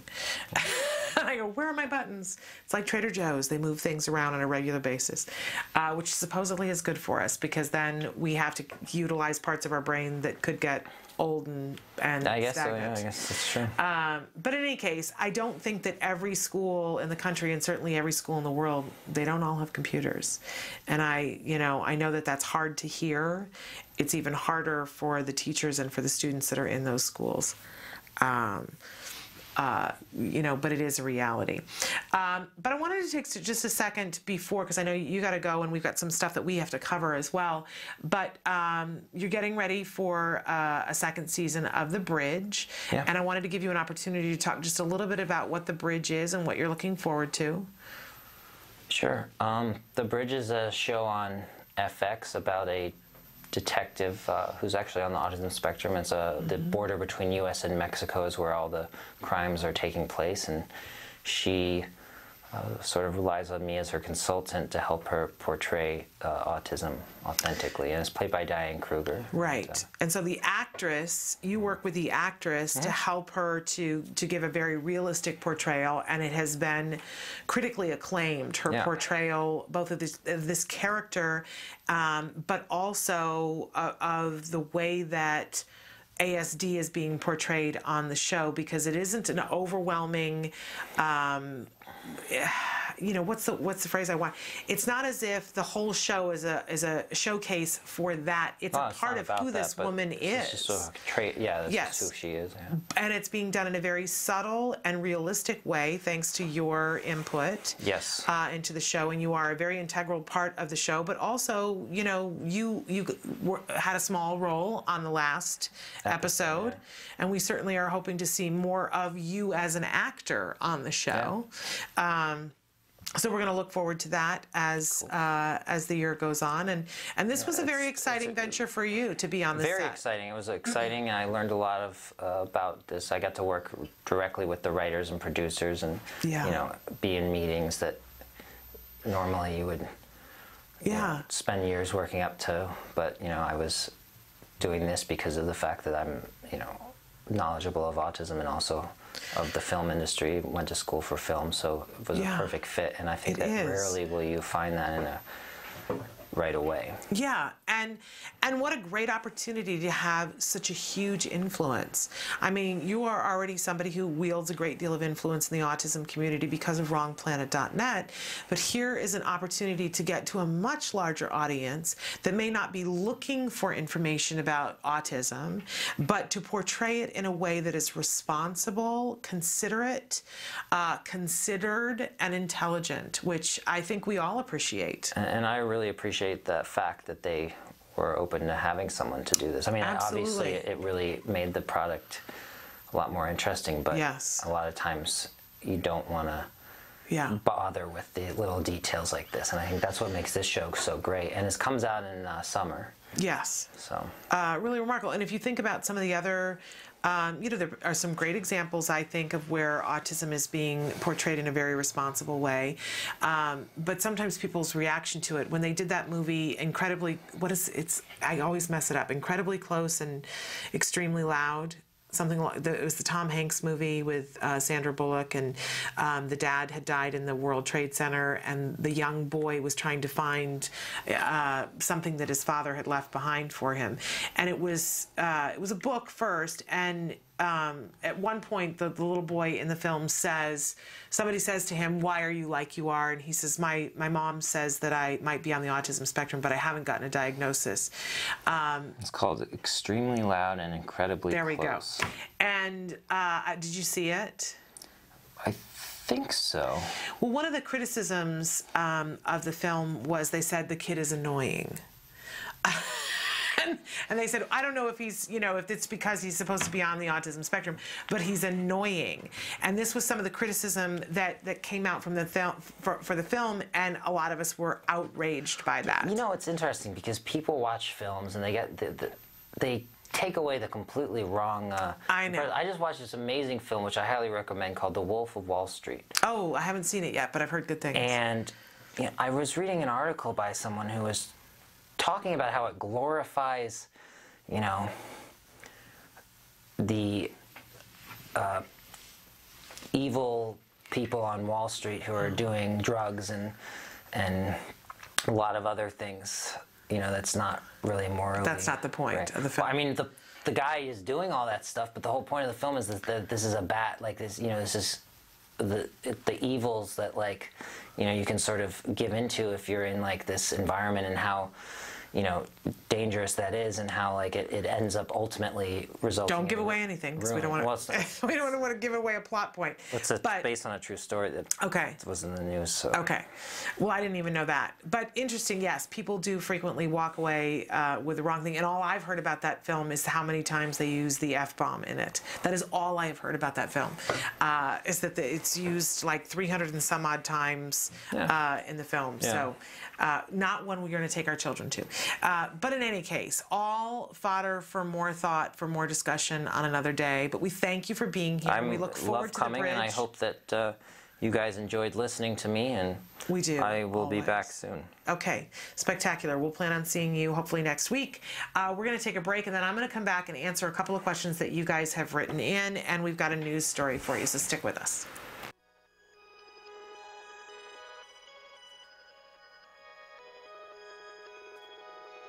When Maddie was diagnosed, I'll be honest, I was very ignorant on what autism was. I knew that autism was basically something that hit boys at the age of 2 to 3. They shut down, and sometimes you think of the typical Rain Man movie. And with Maddie, she was doing all the same signs and symptoms of a typical child with autism spectrum disorder. Stand up. She didn't even acknowledge us coming into the room. She had barely any eye contact. She didn't interact with her sisters. She didn't really do anything. She just basically lined up her toys, and that was about it. We have a team of 7 volunteers, or 8 now. We have 8 volunteers, including my husband and I. And I'm the team leader, and so I do all the curriculum and get everything ready each week. Jana was downstairs until 11 o'clock at night working on curriculum, going through 2 different textbooks. And then we, as a group, meet on Monday nights, and we would go through what the curriculum was from Jana. And a lot of times we would go, well, how exactly do you do that? How do you sit her at the table and do this trial base? What Skills has done for us, it's taken that away from Jana trying to figure out the curriculum for one. She can go down, or even our laptop, and she can sit down, and through all these questions, it comes up with the different programs. At least for me, it was a relief off my shoulders. I was worried that I might be missing something, missing a curriculum that maybe she needs to know, where Skills, they have every possible thing your child needs to know from 0 to 7. They have a program for that. What noise is this? Good job! Every program that we did with her, I knew it was specific for what she needed to learn. Because before Skills, it was a lot of, okay, well, is that really age appropriate for a 2-year-old? You know, because it's not generalized. It's anywhere from 0 to 7. This is what your child needs to know, and in most manuals you'll find. But for this, okay, yep, she should be learning this. And no, she's not 4 yet. She doesn't need to know that yet. We are so fortunate that Jana was able to attend a conference put on by CARD that opened the door for Skills, and that there's no looking back for us. We started using the program in November, and it seemed like by January something just clicked, and she has completely kind of came out of her fog that she was in for quite a while. I have never read a documented case on any child that has not benefited anything from applied behavior analysis, and now with this new Skills and being, you know, like the E version of ABA, I can't imagine it doing anything harmful to their child. It's nothing but exponential growth for us. To see her now, it just blows us away. I mean, we call her our little miracle child because in 7 months' time, she's just blossomed into this normal, functioning child, and suddenly, we joke about it all the time, like suddenly we have twins. If you're even thinking about doing it, do it. Because the absolute worst thing you could do is do nothing at all. And even if you use this program and it's just a single mom or a single dad working in the evenings with their child, this program is going to benefit them. It's going to show you where they are, it's going to show you where they need to go, and it's going to show you what skills and how to get there. It is an online book on how to help recover your child.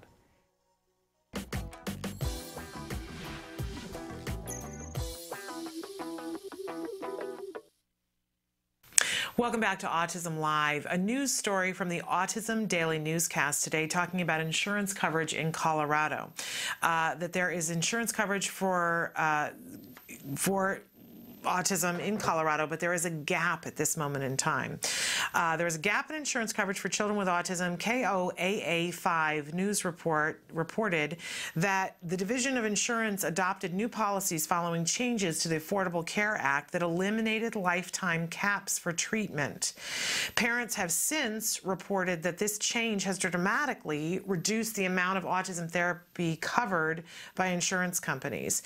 And in this entire story, you can find it on Autism Daily Newscast, but there are some children that it's being reported that are in a week losing their funding, that's covering the cap in a week, what would have taken 6 to 18 months before. So we want to encourage you to read the entire story on Autism Daily Newscast, and they're telling you that if you have a problem, if you are in the state of Colorado and you are having an issue, they are recommending that you report it to the Division of Insurance. That is coming directly from their communications manager, Vincent Plymell. They have put an emergency measure in for the next 120 days, that during that time, the Division of Insurance said it will hold additional public hearings and conduct more studies on how therapy should be covered. But so for 120 days, my understanding is that you will be able to continue getting your coverage, but you should also report your difficulties as soon as possible. You know, when these things happen, when a lot of people make a lot of noise very quickly, then things can change. So don't take a wait and see attitude about this. If you feel that you are in that gap and that you're losing services in the state of Colorado, make sure that you report it to the Division of Insurance. And to read this entire article, you'll want to go to autismdailynewscast.com. We're going to take a break and come back and look at some of your answers to today's question of the day. Stick with us. The Institute for Behavioral Training provides courses in applied behavior analysis for the treatment of autism. Access IBT e-learning videos on the move and learn at your own pace.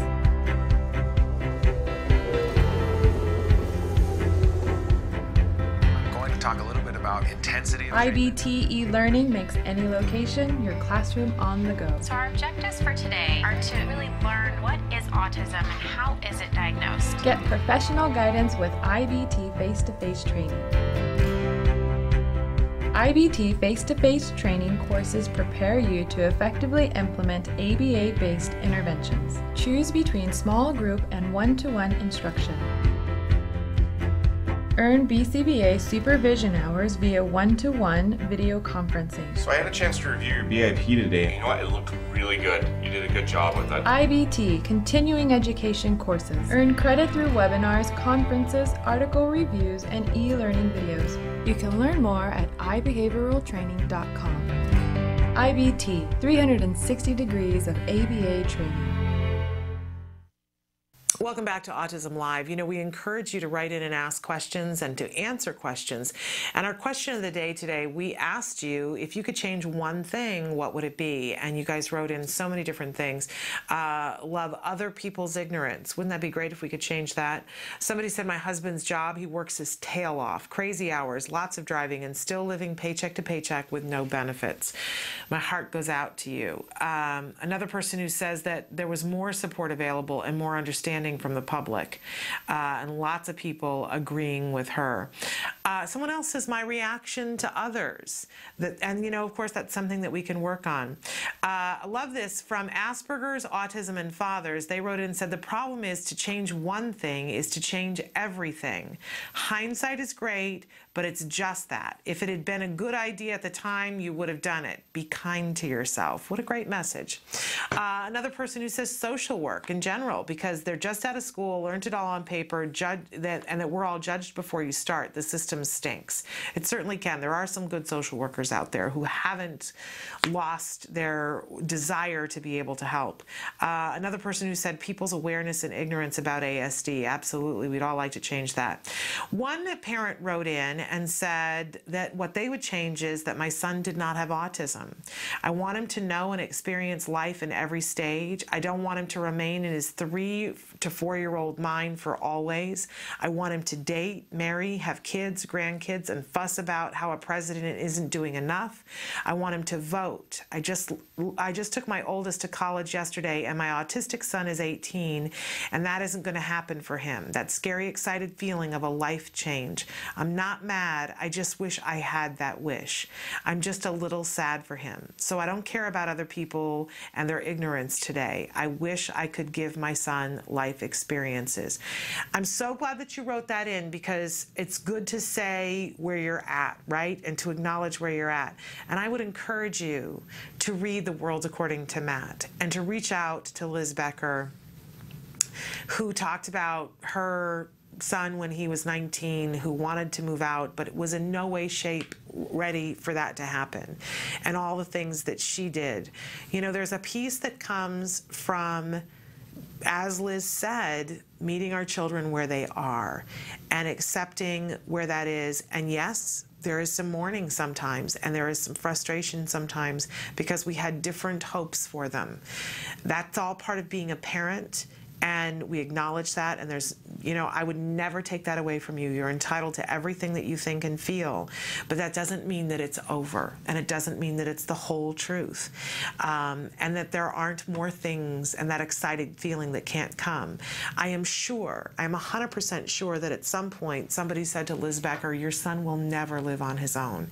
And look at how brave and how brilliant she was in helping him to work through all of the individual steps to the point where he could live on his own. And this is why I say she's an inspiration to me, and she's an inspiration to all of us.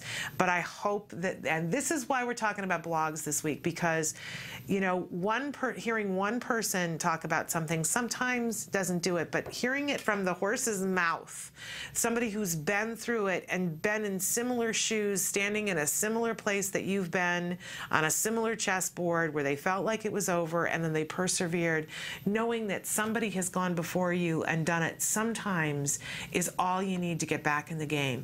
And I really think that you and Liz would have a lot to talk about.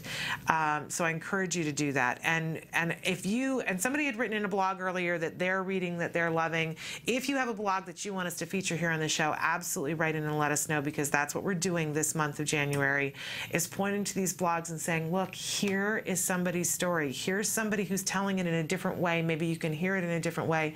I'll tell you, it's balm for the soul, right? We're going to take a break, and when we come back, we're going to answer a question that somebody had written in on the live feature, so stick with us. Dr. Doreen Grand-Pichet is the Dr. Doreen is an expert in autism. Doreen Grand-Pichet. Dr. Grand-Pichet. Dr. Doreen Grand-Pichet. Dr. Doreen Grand-Pichet is a visionary in the field of autism, and now you get to ask her questions every Wednesday at 10 a.m. on Ask Dr. Doreen.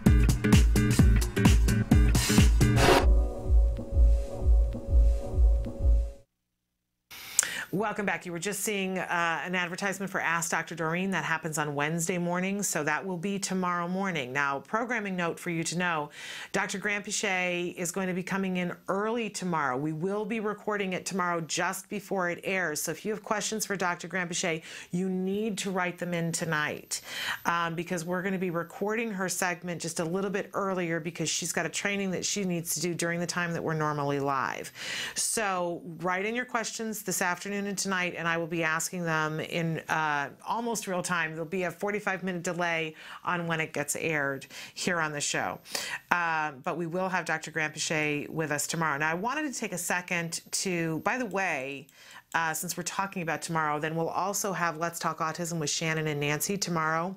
And our very special guest tomorrow will be Emily Island. She is the president of Autism Society of Los Angeles, but she is also an autism advocate and an author, and she's taken a great deal of interest in making sure that our kids learn safety skills, and our kids and our adults. And she has a great movie out called Be Safe, the Movie. And we're going to be talking about some recent news stories where, you know, harm and almost harm have come to our kids on the autism spectrum, and talking about what we can do to intervene to prevent that kind of thing from happening to our kids. I know I always say to you in life, you know, it's my belief that, you know, somebody is the lesson and it's everybody else's responsibility to learn. And I look at some of the heartache and heartbreak of some of the parents and things that have happened to kids in the recent months, and we don't get do-overs, right? And I feel for them. I can't imagine, and I thank God that I am not the example today, but I know that I have a responsibility to learn so that I'm not tomorrow the parent who's sitting there devastated because their child didn't have the safety skills, right? So tomorrow, Emily's going to be helping Nancy and I to answer what we can do in some of these instances. Really breathtaking, literal taking your breath away, some of the things that can happen to our kids. Okay. I wanted to answer, at least for my part, and then we are going to ask one of our experts more about this, probably Dr. Tarbox on Thursday. But hi, Shannon. I'm loving all the focus on quality ABA. We're really going to be focusing on that this year. But as a potential future BCBA, can you or perhaps Dr. Tarbox explain how a newly qualified BCBA is supposed to get all the experience you recommend? I wouldn't blame any parent for not wanting a newbie working with their kid, but the experience has to come from somewhere. And at some point, a new therapist will have to take the step from shadowing a more experienced professional to going it alone.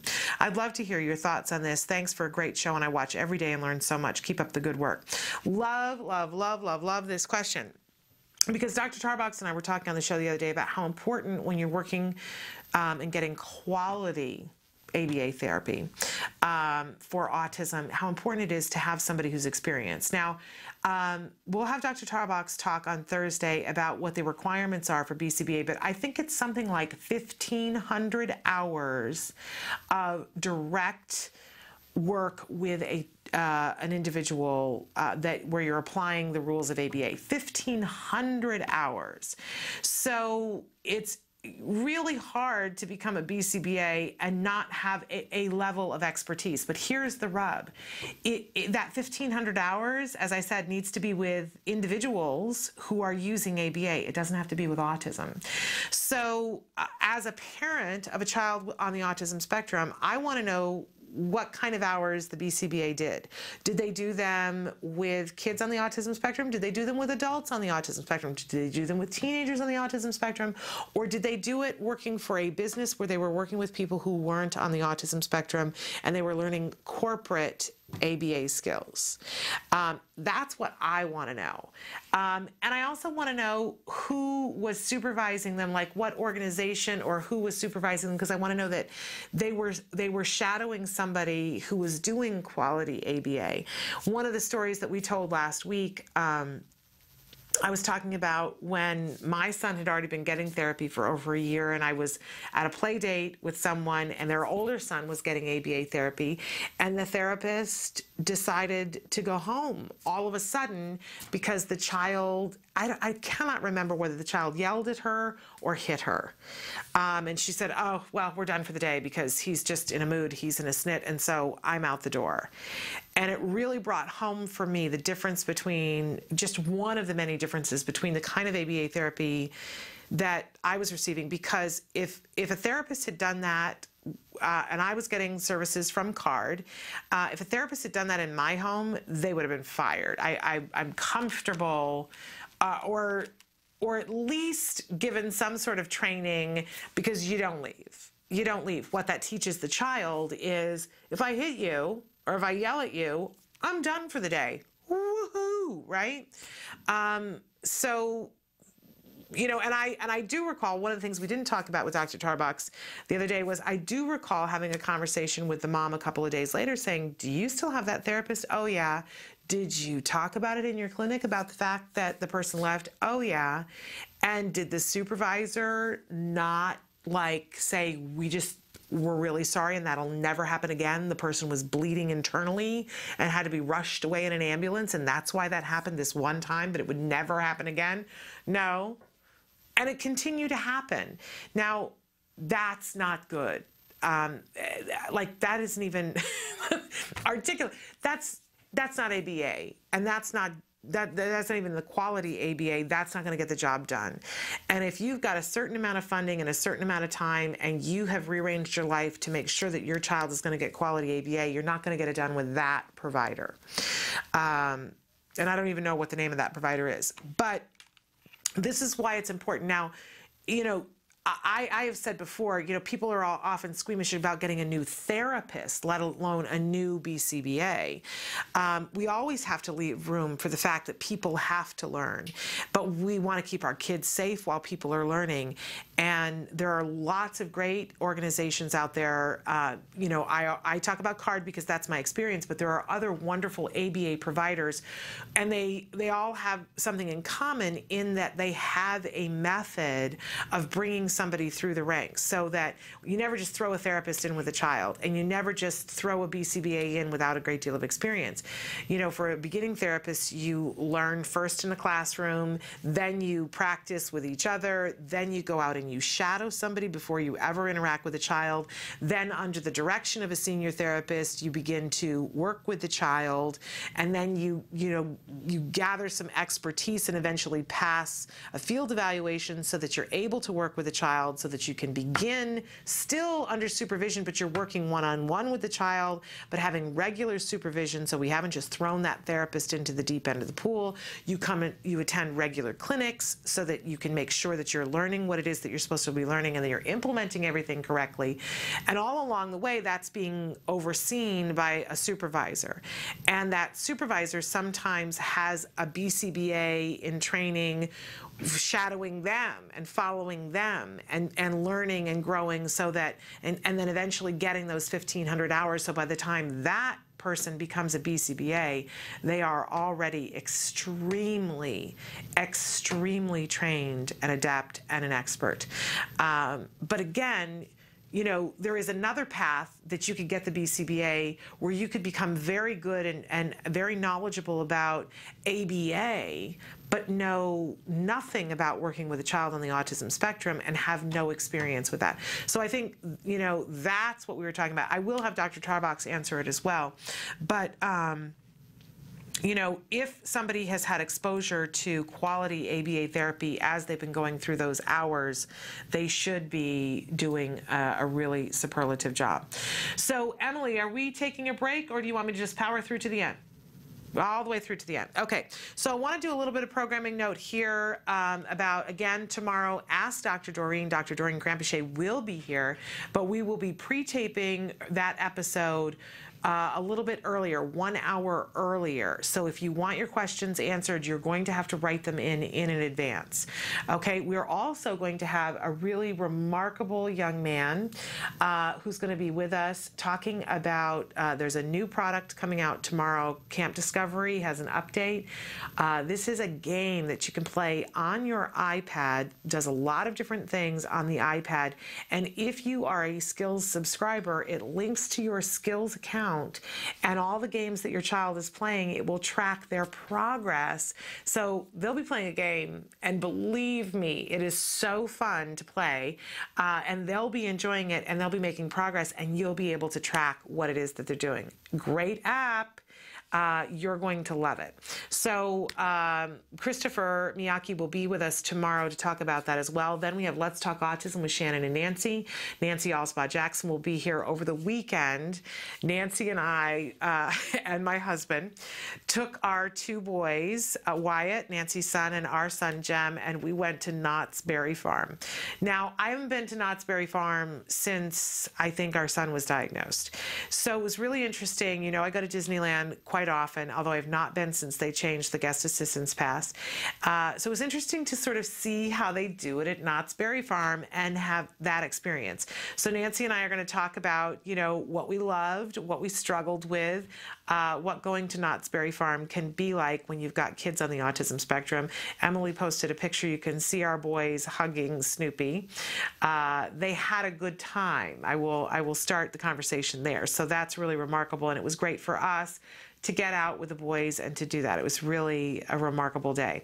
So Nancy and I are going to talk about that. There's a lot of news stories to cover, and of course we're going to have Emily Island. She's going to be talking about how we keep our kids safe. You definitely want to check out her film, Be Safe, the movie. All of the actors in the movie are individuals who are on the autism spectrum or real social workers and police officers, because there's policemen and women in the film.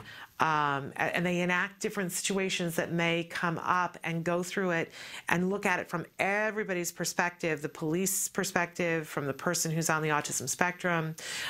Really a remarkable film working towards keeping our kids safe. So that will be tomorrow. Then on Thursday, we have Dr. Adele Nadowski with us. We have Paul Simmons from Autism Radio is going to be with us on Thursday, and Dr. Jonathan Tarbox is going to be with us as well. And again, we're going to continue to feature bloggers from the autism blogosphere for our Blog-AU-Rama, AU-Rama. Really excited to give you that information, and thrilled when you guys write in and say, hey, here's a blog. I always love to be turned on to a new blog. So continue to do that. We are listening, and we're reaching out to those bloggers, asking them if they'd like to come on the show. We're hoping that the mom who blogged recently about being on an airplane, we've put in a request to her to see if she'd like to be on the show as well. All right, we're out of time. I'll be back tomorrow. Until then, please give your kiddos a hug from me. Bye-bye for now.